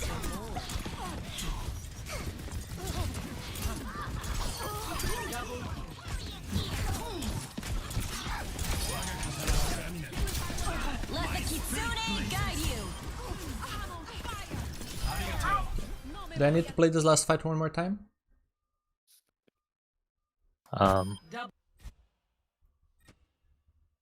Not really, no. I think it's fine. It was Yeah, a good it's setup fine. and a success. Yeah. Okay, I would agree. Alrighty, setup 6 out of 9, nice. Nice. I will I think we'll leave this replay for now. I wanna Can we look at do a higher something rank. a bit higher ranked just Yeah, to see yeah. how easy it would be? Yeah. So let me actually leave a Oh my God. note here for this code. Stopped at 9 minutes for now. Jump to attack. There you go. So now I have this note for later. We Can want can to we look do at my GM. one? What did you say? Oh, can we do my one? What's yours? Oh, you're hot redded mod, right? Yeah, yeah. Okay. 3VBBME, right?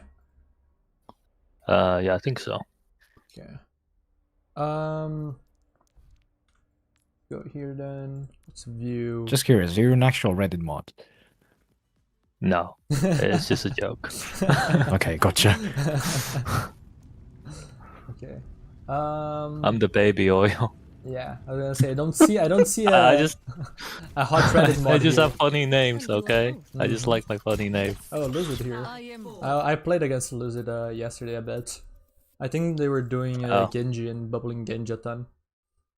Yeah, he likes to flame me a lot. I don't join voice chat. I keep texts muted. It's just better. You don't tilt. Yeah, you I get agree. focused on your practice better. You get to perform better. Just I very agree. useful. But okay.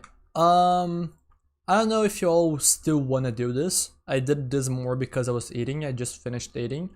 We're free to continue doing this. And if anything, I think it would be nice to at least have your contribution now comparing the silver replay to a higher rank replay to check how easy it is to do this exercise, right? Do this research.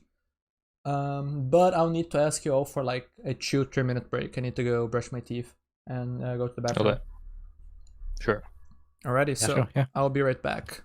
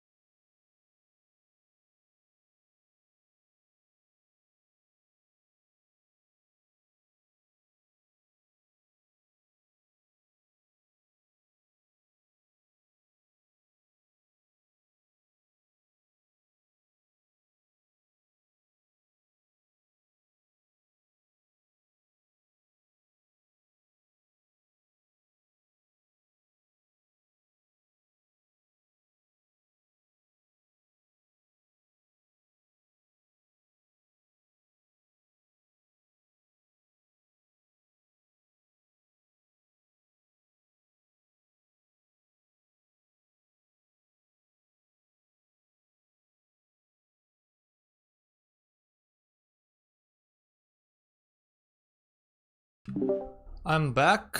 Let me put my headphones. Okay, let me check. Is everything good? OBS. What up, NMAX? Also thank you all for the new follows. Okay, there you go. Everything should be good now. I don't know if y'all are back or not. Yep, I'm ready. Okay. Also, let me check real quick. Ben Max, do you want to join us in the voice chat by any chance?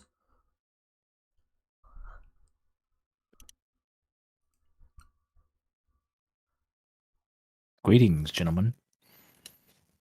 Yeah, let me close this for now. Also, let me check.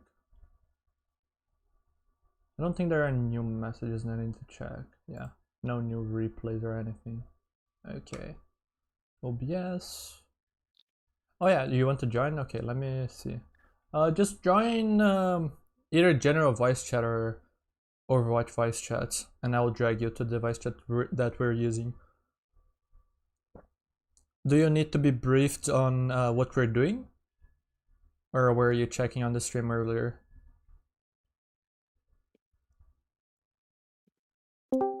Hello? Yes, I would like a small briefing. Okay, okay. Your volume's already good, I don't need to adjust it. Let me just organize my tabs. Oh yeah, we now need to judge the GM one. I'm gonna Tell need him your to remember- hypothesis. But I need to... Let me actually quickly do one thing beforehand. Check mark icon. I need a check mark to copy. Copy to clipboard. Does this work? No, it doesn't. Bro, how do I make a check mark on Notepad?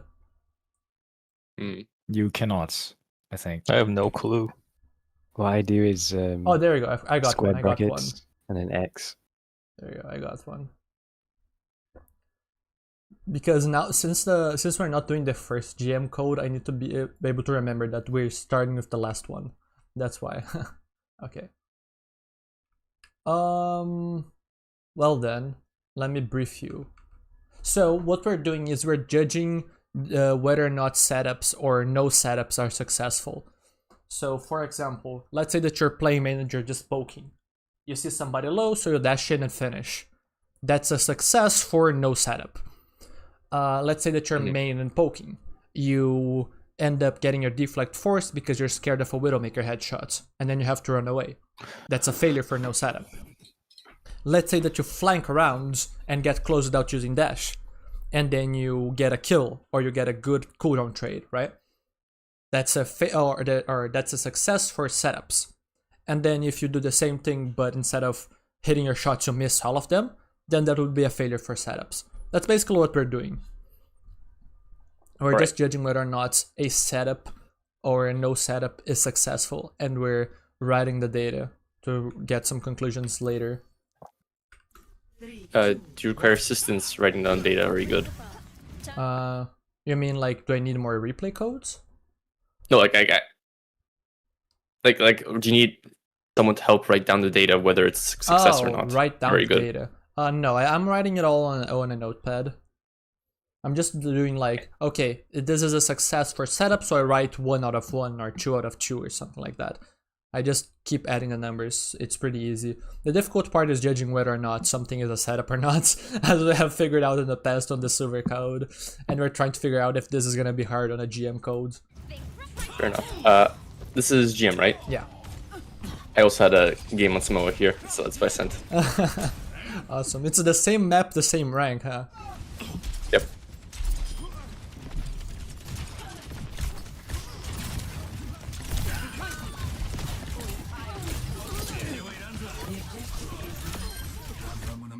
Okay, I'm gonna play this That back was a setup. because a lot of stuff actually happens.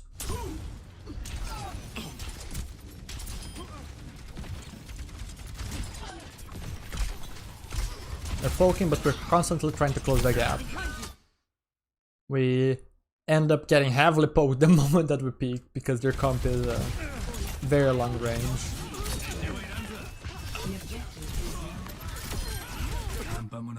What y'all think? I would say Um, that's more of like no setup. I would say it's Also- kind of a setup because I'm on the I very agree, yeah, far kind of left. setup. The objective is now active. The setup on the sim is accidental, but it is a setup, right? Like if we're judging Yeah. this, this trade right here. This is an even trade, right? We can ignore this one. This one is just positive from setup. But I think that we actually need to give a negative point to no setup because of this right here. This was really fast, but just picking this comp and just losing most of our HP immediately. We did not lose a cooldown, but realistically we should have dashed out here and not trusted supports. Like if that Orisa has Javelin, for example, we're just dead. So I think that we need to judge this as 0 out of 1 for no setup. And then 1 out of 1 for setup. What do y'all think? Fair enough. Yeah. Yeah. Also, if anything happens on Discord, like someone else wants to join or has a new replay code, please let me know. Because I'm not checking that right now. Get out, so we need to reset and think again.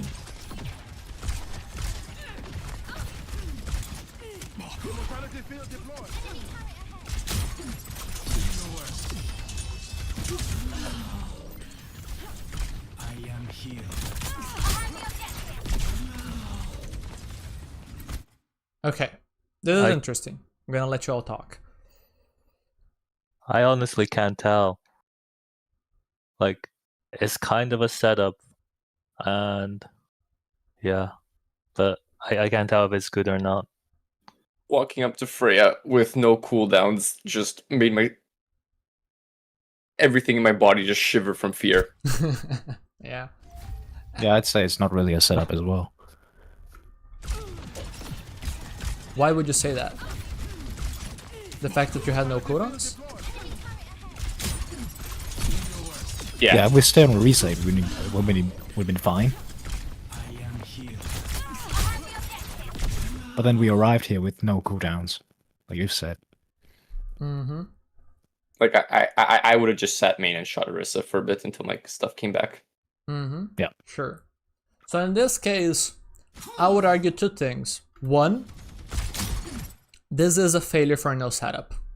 We're picking long range characters, we need to deflect. It's just like, yeah, we destroyed a pylon, but I'm sorry, like the Freya forcing her deflect for free is just not something that should ever happen here. Especially because our supports are here, right? Also, this is GM, let's be more harsh. Our supports are here, we're doing this flank alone. This is a good flank, you need to be self-sustainable here. Then this costs dash. Surprising they don't know you're here and they're not pushing you, like this Freya should just be killing you right now. But she doesn't. So you had the chance to like chill, waste for resources, and then if you peek, this is amazing. Amazing setup. Because even if you don't get a kill, you force these long range characters to give space. Now Orisa is vulnerable, your whole team shoots Orisa, Orisa dies or has to give up points, right? So this had a lot of potential, we just mismanaged the no setup and we mismanaged the setup. So I think this is a negative point for both. Yeah, makes sense. Yeah. Do you count this as 2? Or just 1? Can you repeat? So, would you say there's a separate engagement after we get the Mega? Yes. Where we now yeah. Yeah. When we even die. Okay. Yeah, this is what I expected to have happened beforehand, right? Like here. This should already be happening. This Freya should already be pushing us. They should be calling out Genji no cooldowns. Just walks up behind you. I thought I was on the pad. Honestly, man, you would have died either way. You got on that. But I at least like that you're thinking about that kind of stuff and you're not just like sitting main and poking. Because a lot of Genji players just sit main, poke, maybe look for a one-shot, complain the character sucks. or if they are just mechanical True. crutching all the way and just like getting ridiculous value from bad setups, then they would say that Ooh. they're the best players ever. They really I like are. that I one. There guess. might Mechanical be- clutch. Mechanical crutch. That reminds me of myself a few years back. Yeah, we all were there. When I was young. Yeah. And now, this is exactly why I'm doing this project, by the way. We did the setup before. We accidentally ended up with a setup on Sim, right? And this rank, Yeah. taking a setup to just shoot tank here on a comp that you really need to be able to set up and actually shoot these players, especially because off-angling the Orisa, or at least shooting Orisa from a good range is good, if it's in a position where this Orisa, one, can be compromised, and two, it's a tank that you can actually get good value against, right? So one, it's hard to get good value into the Orisa in terms of spam, because it's a harder tank to force out, right? Anchoring is one of the main things Orisa does. And two, it's not even a particularly good angle, because our whole team is on the same angle, right? If we were here, it would be much better. But yeah, this is like really bad. Really, really, really bad. Yeah. Like, we should be defaulting right side here. Or we should hard flank left. It's not the best Genji map, but here's the secret. Basically, every map is not a very good Genji map if you don't get creative.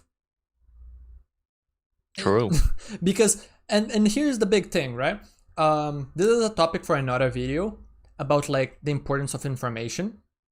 Capitology has a video on this, so I'm trying to figure out how to do a different one rather than just doing the same thing he already did. Because I don't want to do that. Content That's creative lame. problems. Yeah. Oh no, another content creator has already made a great video on a very important topic. No! Oh no! But the big problem is that, look at the enemy positions. They know that your team wants to get close. You're playing Zarya Genji Tracer. So, they scout that your team is rotating this way. Where will the opponents go? Will they go here or will they go here, right? Like, it's relatively straightforward. The backline that you really want to get at on is not going to be playing close. They're going to be rotating away.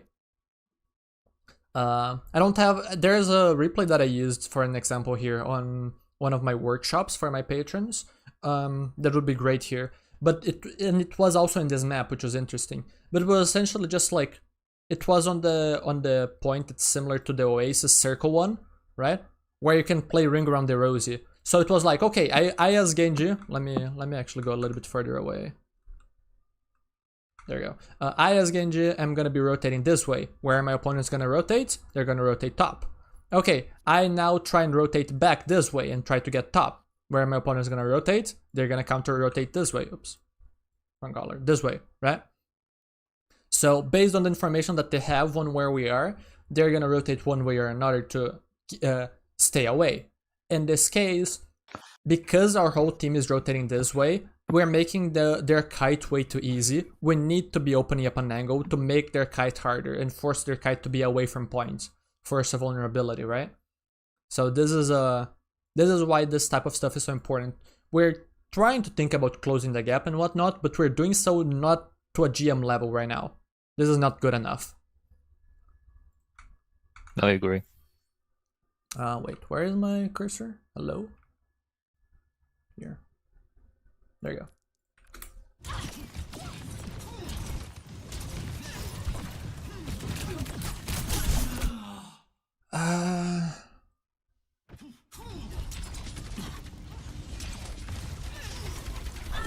Wouldn't say that was a setup. No, this is a setup because I'm close Yeah. with my stuff. Yeah. It was poorly executed. was a Oh yeah, fail. if you go by that, then yeah, that was a setup. 1 out of 3 here. I'm gonna add another note.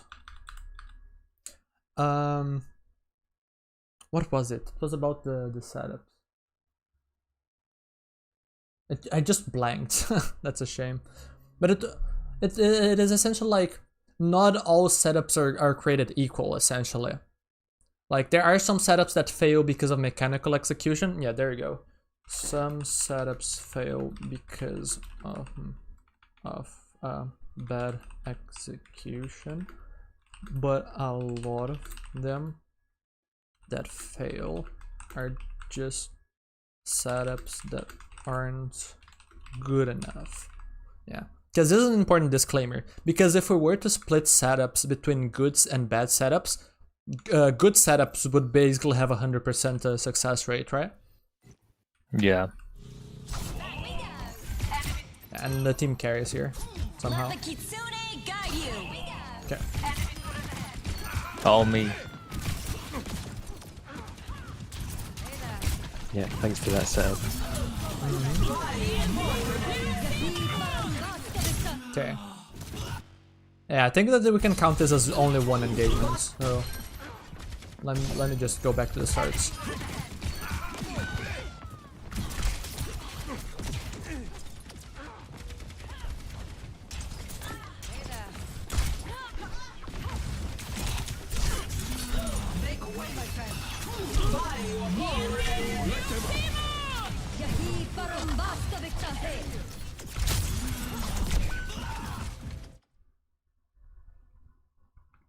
So? That was a setup, I guess. That was a setup, but it failed. Mm-hmm. Yeah. And it got one bubble first, all of Bab's cooldowns and Suzu. Yeah. And to be fair, at the start it wasn't as good of a setup because we were poking our wrists and stuff, but then the sim got close and then the Freya got close. This is again one of those ideas where the setup ends up being like,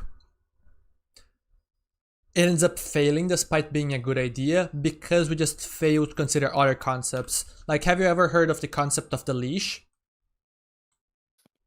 The leash from your team. What? I don't think that the leash is a concept that is often talked about. But let me go back a little bit to show exactly what I mean with it. I talked about it in one video here. Do you think that Is it about the proximity of you and your team? Yes. If we fight there on Genji, can anyone on our team help? No. So if we end up getting value, like we can like duel the Frey and maybe kill her in this situation, right? Well, that's fully on us.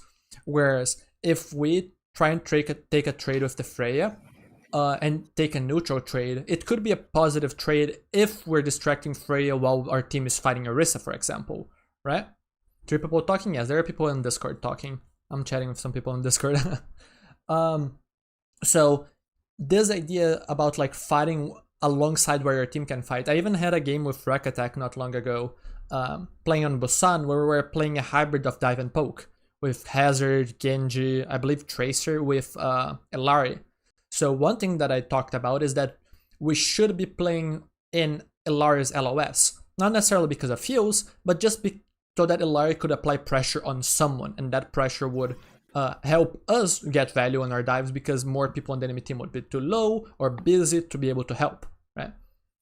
So in this case, it is correct to set up, but this setup is too far up, right? We should be setting up like here, because that's where our BAP and Kiriko are set up to shoot, and our Zarya especially are set up to shoot. So there's a situation where likely we just either AFK or poke and wait for them to walk into us. So I would argue that this is a failure on setup, like you all mentioned.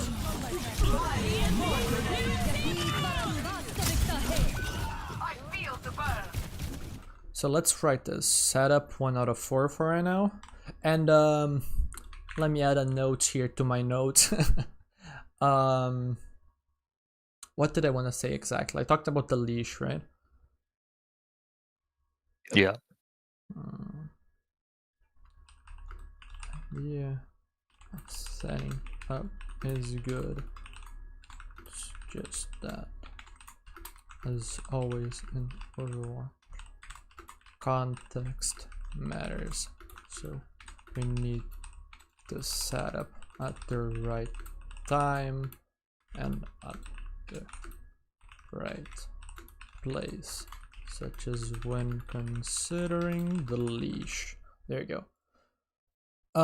Let's continue then.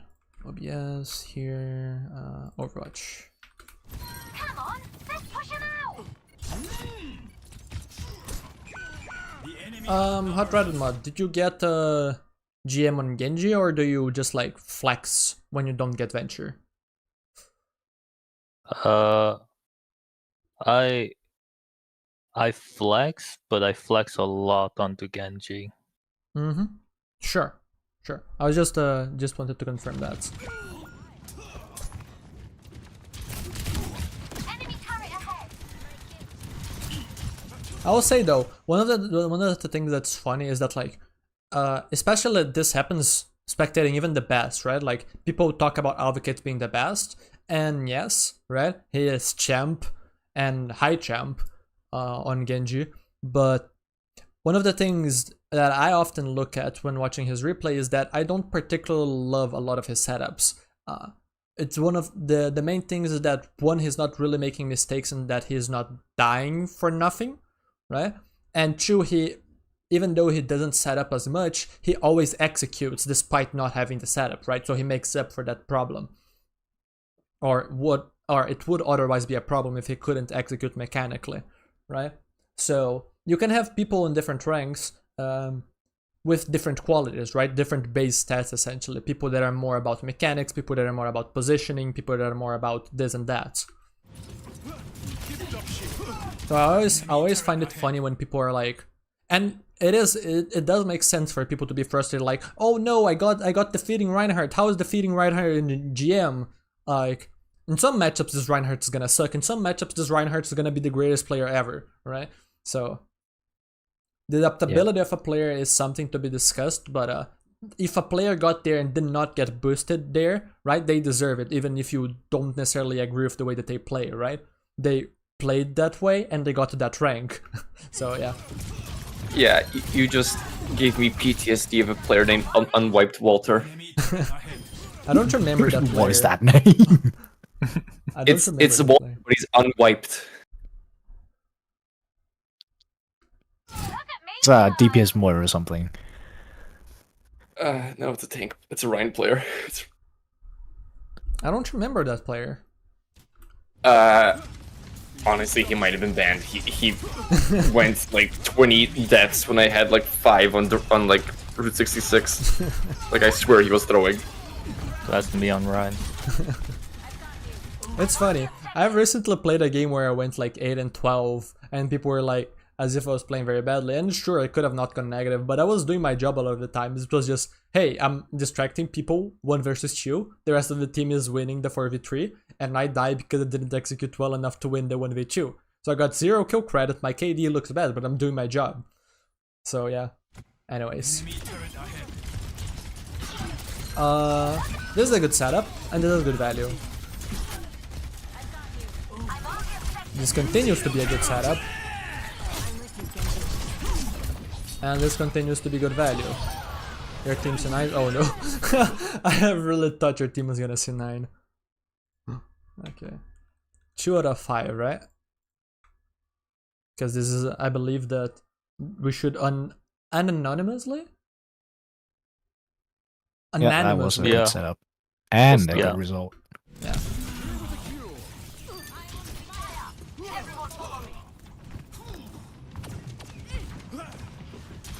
I don't know if it's because we gotten good at this or it's just easier to judge in GM.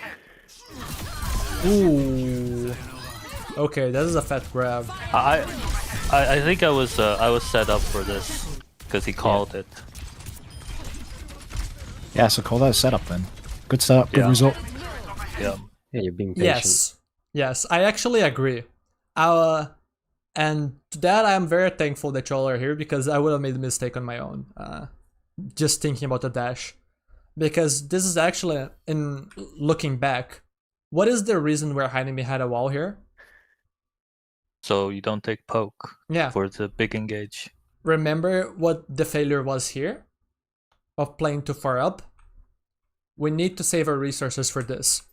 And we are within range to follow up. This is a good dash. The only better setup here might have been here, right? Hiding somewhere here where it's a little bit closer. But Maybe the even behind the the place low where your wall. setup is good. And also, like, assuming you were trying to be flexible to be able to hit them if they rotate this way, this is also fine. So yeah, there's no need to nitpick. This is just a good setup. And also 5-man grab. Yeah. Yeah. No ghost dash though, so 0 out of 10. You suck. That's Oh, fair. Yeah. My ultimate is almost ready. My ultimate is ready. Just let the Kitsune Now, guide you. we need to talk again about context. Because the previous setup that was far forward was bad. What about this one? Do we think that this one is gonna be bad? No, because they called to push up with a Kitsune, so I took a forward position. Not just that. What's the big difference besides the team? Because you can make this even know you're without the there. team. You can just, Um, even if the enemy oh, team the- pushes all the way. They're focused on the point because it's almost overtime, so they need to touch. So I can have a free like access to the backline with this position. That was my thinking there. And most importantly, you are passive right now. If you were active, they would look at you, they would poke you out, they would force your resources. But because you're passive right now, they don't know you're here, so you maintain every single resource and you maintain the jump on them, right? You maintain the element of surprise. So if you wait at the right moment, even if the setup might theoretically be too far, just imagine a situation where your team is playing far back, you can wait for the enemy team to be distracted fighting your team, and then sneak in and try and assassinate someone. And that type of play can be very good if, let's say, you're tracking an ultimate that you want to deal with. Let's say you want to assassinate a Zellari that's close to ult. That could be good, and that's something that you probably couldn't do if you played normally, like playing in this position and just waiting and maybe poking your wrist at the start. Because the Zellari would stay far away from you at all times, would give up a little bit of her positioning for it, but she would farm out and you would not be able to stop it by assassinating her, right? So this is an interesting idea, and it goes to show that like even plays that can be bad in one context can become good if you just change the way that you play, right? Adapt. And I think that this is what I'm gonna be talking about on the video that talk about information. Not so much about using information to just fight when you have a superior setup and stuff like that, which is a lot about what Capitologist said, but using information to adapt, right? Don't be countered. Especially like on that ball game. Oh, they're adapting to counter me. I'm just gonna adapt by AFKing on ball, and that's somehow gonna be a win because we just have the long range comp against the close range comp. Yeah, and I also want to say that like, you know, as you guys can see, like I started off this game pretty bad, but I like it was to feel out how they play and how their comp works. Yeah. You have less experience on Genji than we do, right? Like how many hours do you have on Genji? I don't know, like 600 maybe. Yeah, right. Like you have a lot of time, and a lot of the experience from other characters is gonna translate. But one of the things that I found, for example, when I flex into Venture is that I have some idea, but I don't have the perfect idea of like when I can live without having my cooldowns, right? Whereas on Genji, I have a perfect idea when I can do that because I'm used to like the damage I can deal in duels, the walk climb plays and the aim and whatnot. So Let the Kitsune guide you. yep, this is great value already. Oh, Tracer touches. Awesome. If you stagger this, I think you win. And you're baptized. You might actually lose them. Maybe? Question mark?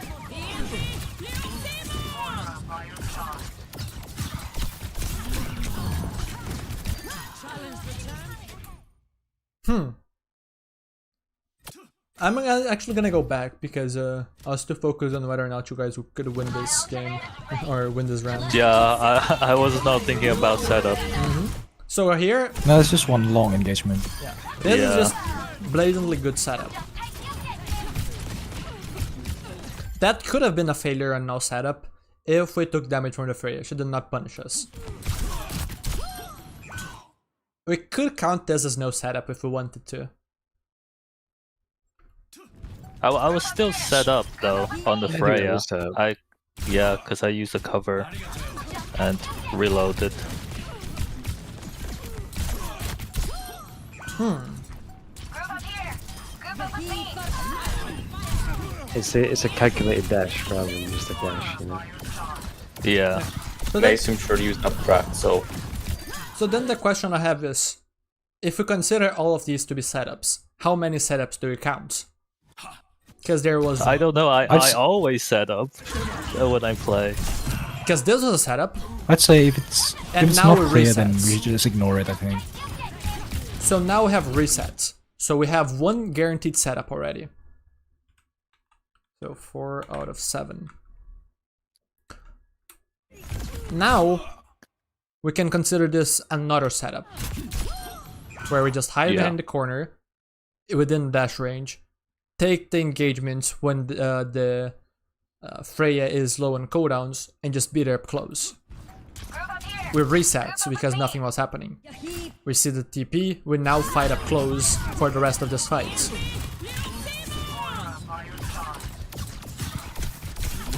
So you could count this as 3 setups, essentially what I'm thinking about. I just wonder I whether or not you would- all agree.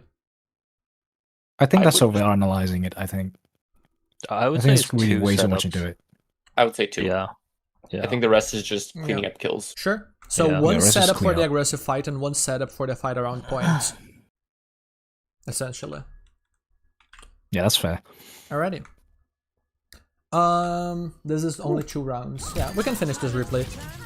I don't think I'm gonna finish this project today. I wanna play. Fair I enough. also Fair have, enough. I've been streaming and talking for almost 2 hours and a half now. Y'all have also been helping for a bit. I don't know how long y'all have been helping with, like an hour maybe. But A few. No idea, man. a lot of this project, sorry, this project is something that I thought was gonna be faster than it is currently being. So I'm gonna have to probably do some of this off stream, maybe on other streams we'll continue this, maybe with or without voice chat help. But this is certainly interesting and is making me think a lot about the presentation of a potential video on this. The current idea that I have for a title is let me actually check on the actually no. Actually yes. Let me check. Dash is not a dive tool. Yeah, there you go. That's the title that I was thinking Wow. about. That is a good one. That's a spicy title. I've been thinking That is a good one. I've been thinking about a while on like, and I even posted an idea on Discord months ago about like a potential buff that's not a buff. It's just a funny way to just like make people be forced to learn to stage, which is what if Genji lost his ability to dash resets? So that was an idea that I thought about for a potential clickbaity title that once you actually watch the video, it is explained, right? Like the same way that like removing right click from Winston makes you learn how to stage better because you stop wasting your time sniping when you shouldn't, because you get dopamine from doing the wrong thing, right? But I really like this title of like dash is not a dive tool. Yeah, I think you should go for Good. that. Until next patch. Yeah, until next patch. True. Until next patch. Low key, if you want free Asari, if they don't change anything, do a Zarya player, farm, speedrun farm your perk, and then just dash in with bubble, and then maybe get a Kiriko on there as well, to just like TP Suzu, unable to survive until a second bubble. Maybe the Kiriko gets Foxtrot, so that you gain 100% cooldown, what was it? 100% faster cooldown, what's the name of You the word? basically get- Refresh? Speed? Reduction. You get like 6 Reduction. seconds worth of cooldown in 3 seconds. Yeah, so- exactly. It's the same effect as Kitsune. And then there was something else, wasn't that the like move speed? I think so. Yeah, I think it's 30% 30% move move speed. speed Yeah. for 3 seconds. So then you just play that combo, you just Giga Pocket Genji, and then Genji just has infinite dashes and then can go in literally every single time without having to worry about anything. I wouldn't be surprised if we saw that and have that be a lot of or be very successful. Honestly, I was gonna do it with the Queen player when the perk came out. What's the Queen perk? No, I was gonna do it with Oh. the Queen player. Okay, but is there anything because of perks, or is it just because of like Queen Genji synergy, because of like jokes? Double shout because of Queen's new perk Oh my every time she God. ults. Hmm. Wait, what? Queen refreshes her cooldowns and becomes CC immune in her ult. Oh yeah, I saw that. So like 2 knives, 2 axe swings, 2 shouts, which is like 150 HP for me, and like 8 seconds worth of speed boost. Jeez. Yeah. And everything's antied around me, or they get Suzu Force or something. Basically, the tip here is when next season releases, try and take a vacation. Just spam Q, experiment, find what's broken fast, climb 5 ranks above what you belong in, cam that rank, profits. Ooh, Wu Yang too. His ultimate with Genji melee. Yeah. Could be good. Yeah. But yeah, there does seem to be a lot of broken stuff. We'll see what ends up being settled, but I think that at the start of next season it's gonna be a lot of fun. Yeah. 5, 4, 3, 2, 1. Right, you all down? also- You all down to do one more round of this? Yeah, sure. Yeah, sure. What are you gonna say, Ben Max? Since we were interested in the new update, the dev team released a video on YouTube. When? Or it's a dev blog like right now. Right now? Oh. Oh. Yeah. Okay. Like I'll 20 check minutes that. ago. I'll check that later then. We're almost there. Probably not on stream, but Yeah, We'll fair see. enough.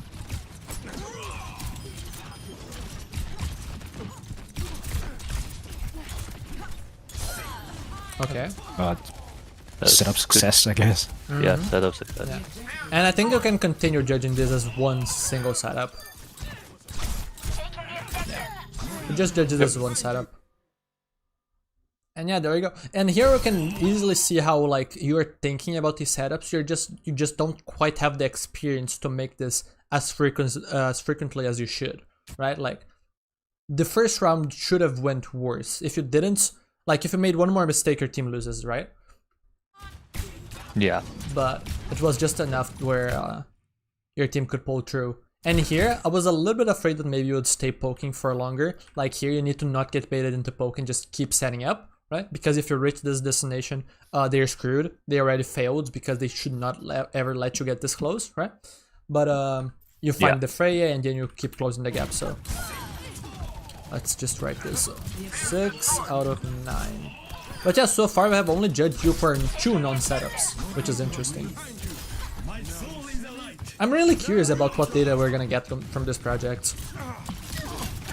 Same. Okay.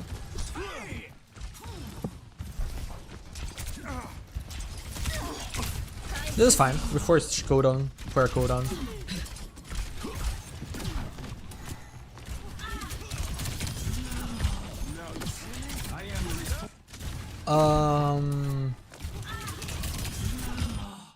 We could, if we wanted to, be harsh and judge this as non-setup because we're picking. I don't think so. I think that's a stretch.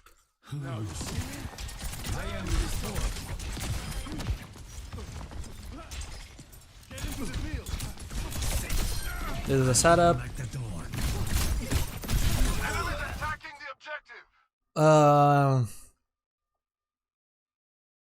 Honestly, success, I guess. Up died. Yeah. Even if you just consider the kill on the BAP kill is very valuable here. Cuts most of their healing, so whereas a dies, your team wins if your Zarya lives. Yeah. I'm just considering, do we consider this a setup success and a no setup fail? Because here we should chill. We killed BAP, we now don't have setups anymore. We're not set up for this Freya, we're not set up for the sim, we have to commit. We don't necessarily have the HP or the team around us to actually choose to engage here. So I think that we should have actually yeah, I got behind agree. cover. Yeah, I agree. My thinking here is that I got the BAP, so that's an instant win. So I would just take as much attention for as long as I can and then just die.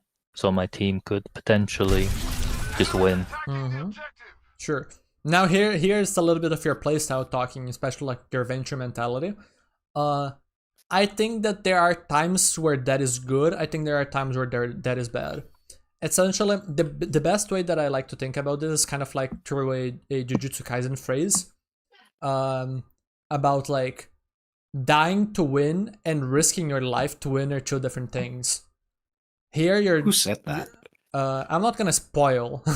It's on the first season, but I'm not gonna spoil. But it is a very interesting phrase to think about. Here, you're risking your life to win. Here, you're dying not even to win.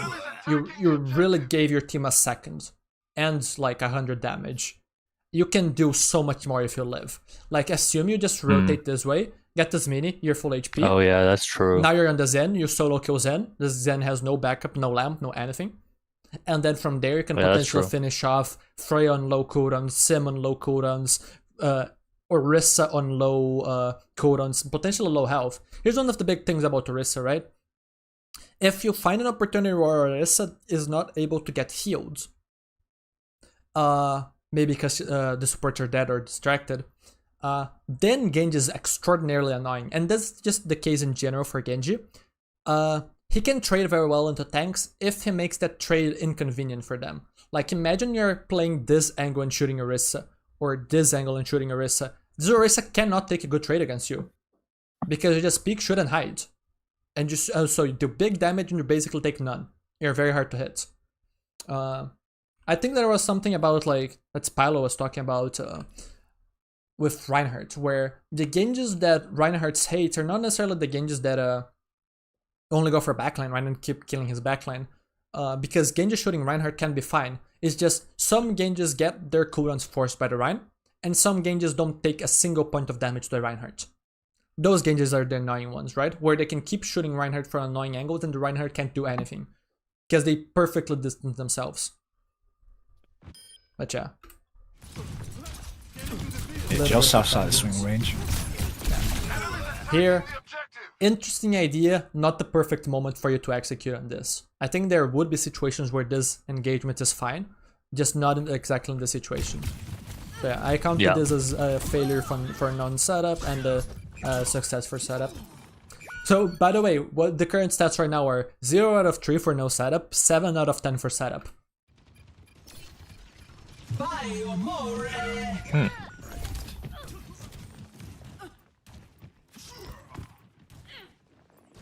I think we see a trend towards a more success with more setups.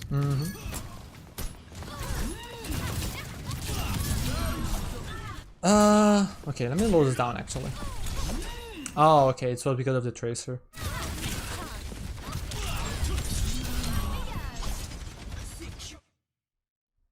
I don't know. That was neutral, I guess. Neutral. Yeah.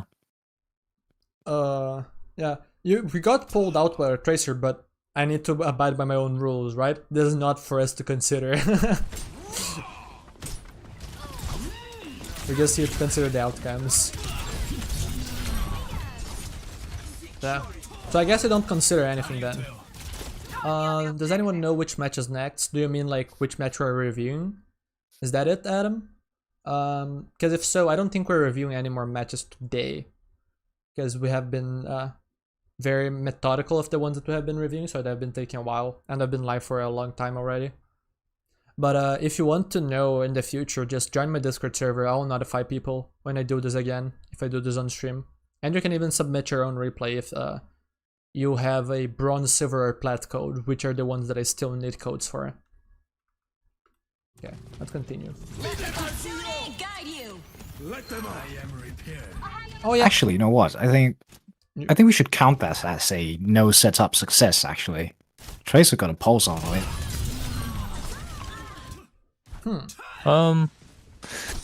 Well, I mean, I guess I did have something to play in that because I was like distracting some attention. So, but I was still setting up on the right to get close to them. You did set up to get close. You tried to go on the tracer, failed to go on the tracer, ended up an accidental setup on the sim. You were in a bad spot until pulse. I don't know. I personally want to just ignore that one because I really don't know how to judge it. So out of mind, out of trouble or something like that. What's the phrase? Out of sight, out of mind. Oh, there you go, yeah. Maybe. There you go. Okay, do we consider this a no setup success? That was a setup. Yeah, we can also consider this a setup. The funny part is that we need to consider that you did come in here through the flank. It's not like the Silver VOD where we finished off someone that was low on main, right? What rank is this VOD? GM. So yeah. Yeah. Do you consider this then? 8 out of 11. Very cheap setup win. Yeah. Sure. Sure. Your focus This is not scientific by any means, so I don't care if it's not perfect. Would that be another successful setup? I I think we can count this as one. Okay. As a setup. But I yeah. don't think there's much value in including these. would honestly rather count this as a setup rather than the Zen one. Sure. Sure.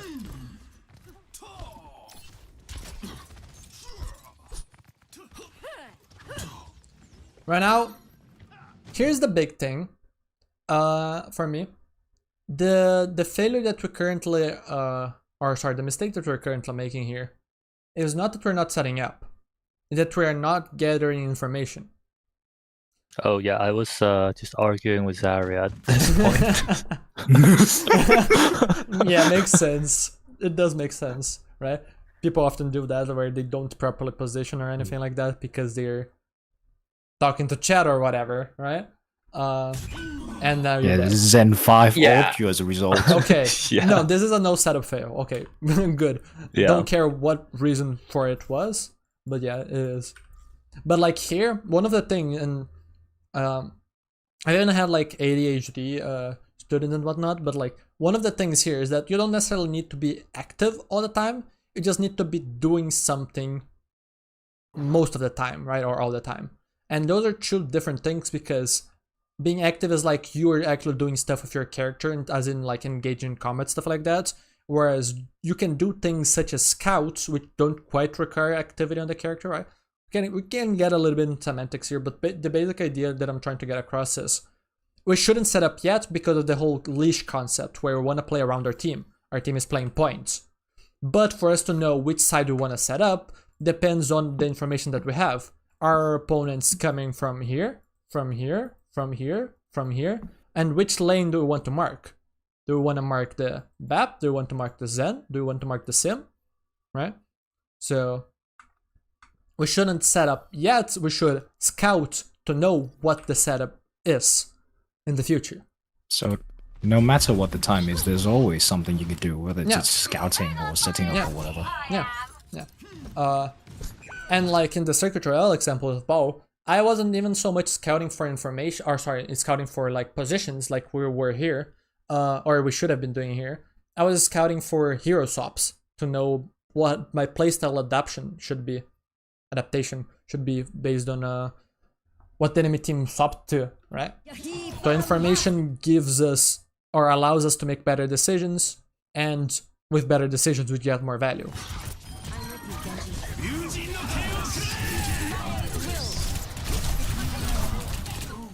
This was a setup yeah. because I wanted to force trance I mean, with the blade. we don't need to overthink it. Dashing in doesn't necessarily mean not a setup, right? We established that before. So here, this dash sets up the blade. Yeah. So yeah, you get it, fine cooldown trade. And yeah, that's it. Here, maybe you could have just dashed away because you're gonna deal good damage versus D.Va range where the opposite isn't true. So this is one of those situations where maybe you are better off at range, but yeah, that's fine. You still got the value, did not get punished. And I'm still gonna judge this despite the sim as a setup success, because you got enough value. Yeah. Alright. Can I say something very off topic very quickly? Sure. It's about Blade. Can you go back to the graph, please? Uh-huh. So when Blade ends, right?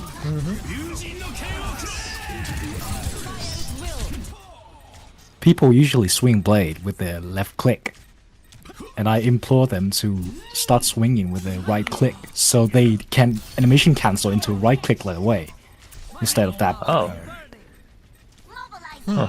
Yeah, no, I Instead of have just noticed that throwing too. 3 outs like that. Yeah. You can swing blade with either left or right click. I've never thought about that before. Maybe it's worth thinking about creating as a habit.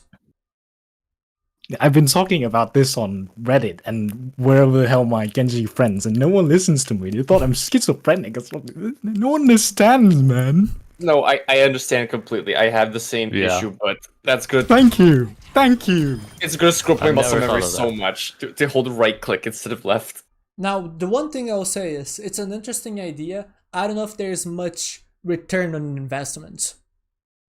Yeah, it's tiny. It's like 1. Yeah. Right? But It's what's the basically difference in no fire rate? investment, Like though. 0.2 Yeah. seconds? It is basically no investment, but at the same time, it's basically no return.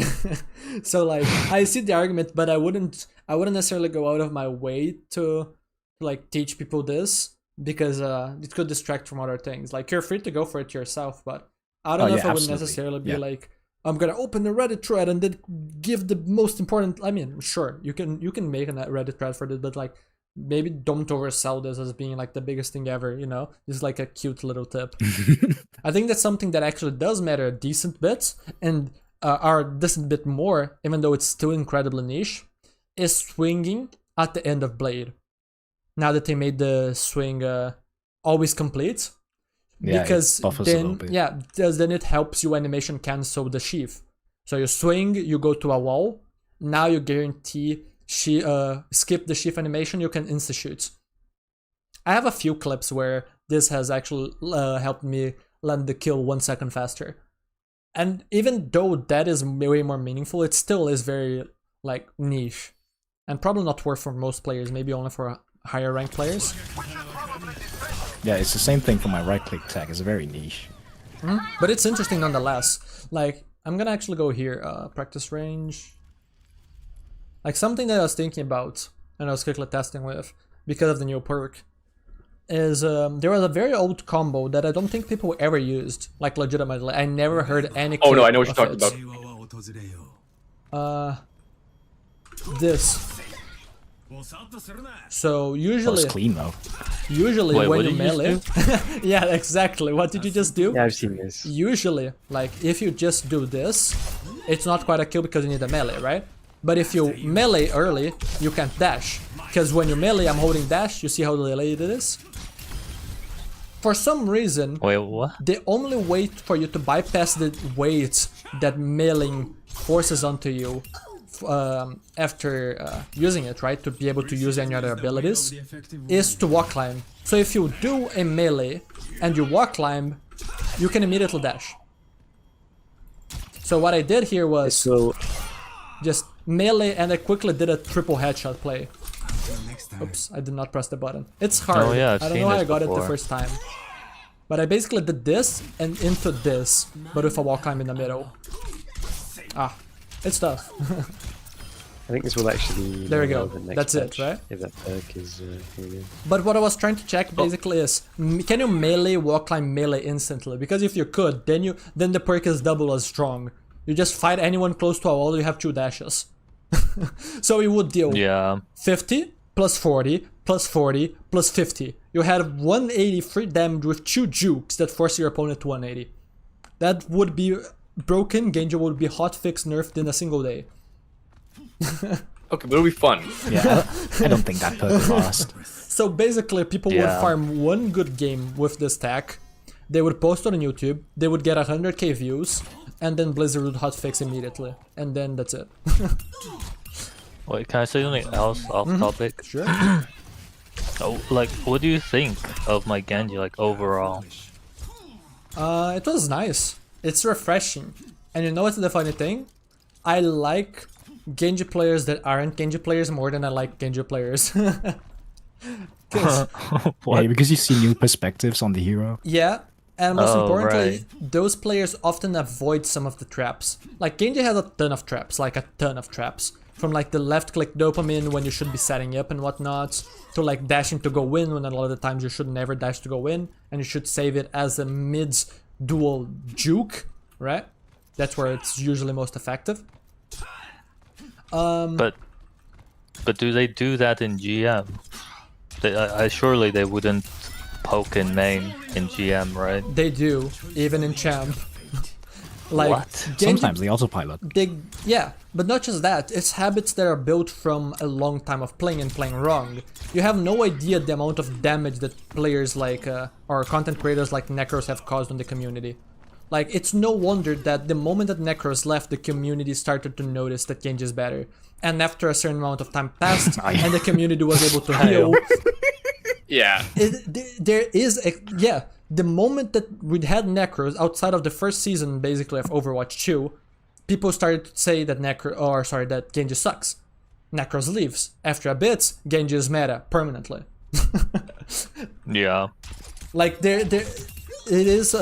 I always get them confused, but it's not just correlation. It's causation, right?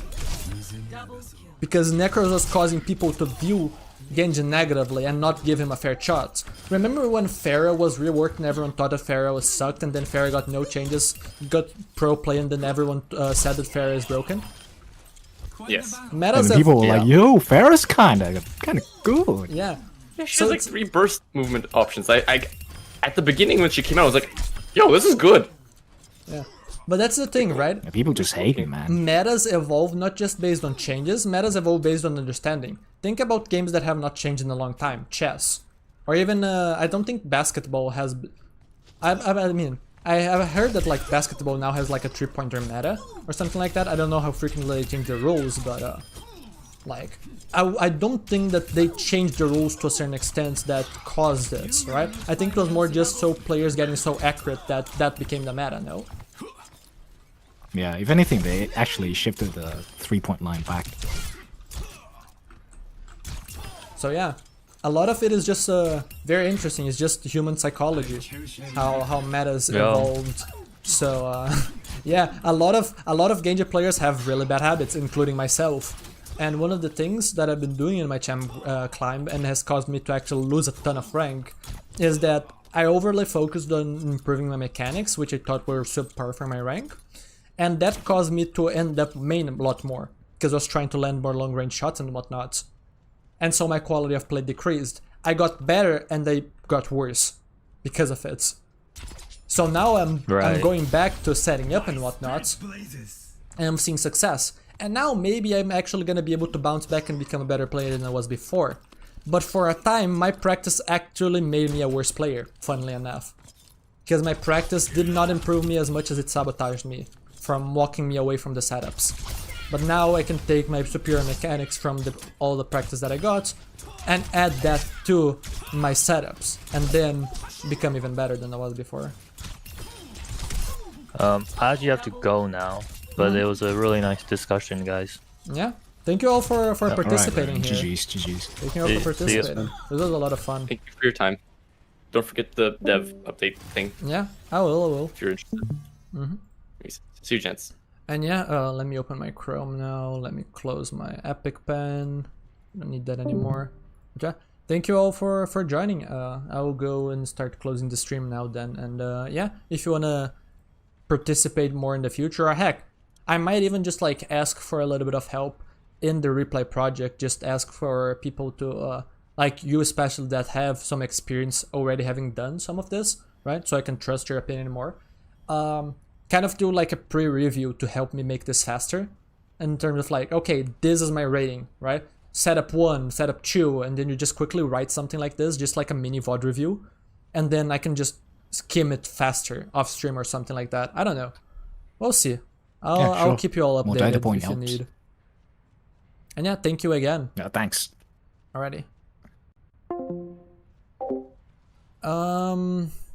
So Discord is done for now. I'll need to update the Discord. For those that were watching on the stream, I hope this was interesting and insightful. Probably not the most interactive stream ever, but there were a lot of like nuggets of knowledge in here. But most importantly, I just wanted mainly some like community participation to help me in this project, so I'm very thankful for the people that did help. And in the future, when I do make a video on this, I feel like I can make a better video. So yeah. Let's see. I think I just end stream now. I've been live for almost 3 hours. I have the dev blog to check. I have some games to play. I need to save my things somewhere. I'll figure that out later. So yeah. thank you all for watching then. I'll see you all in the next time. Bye bye.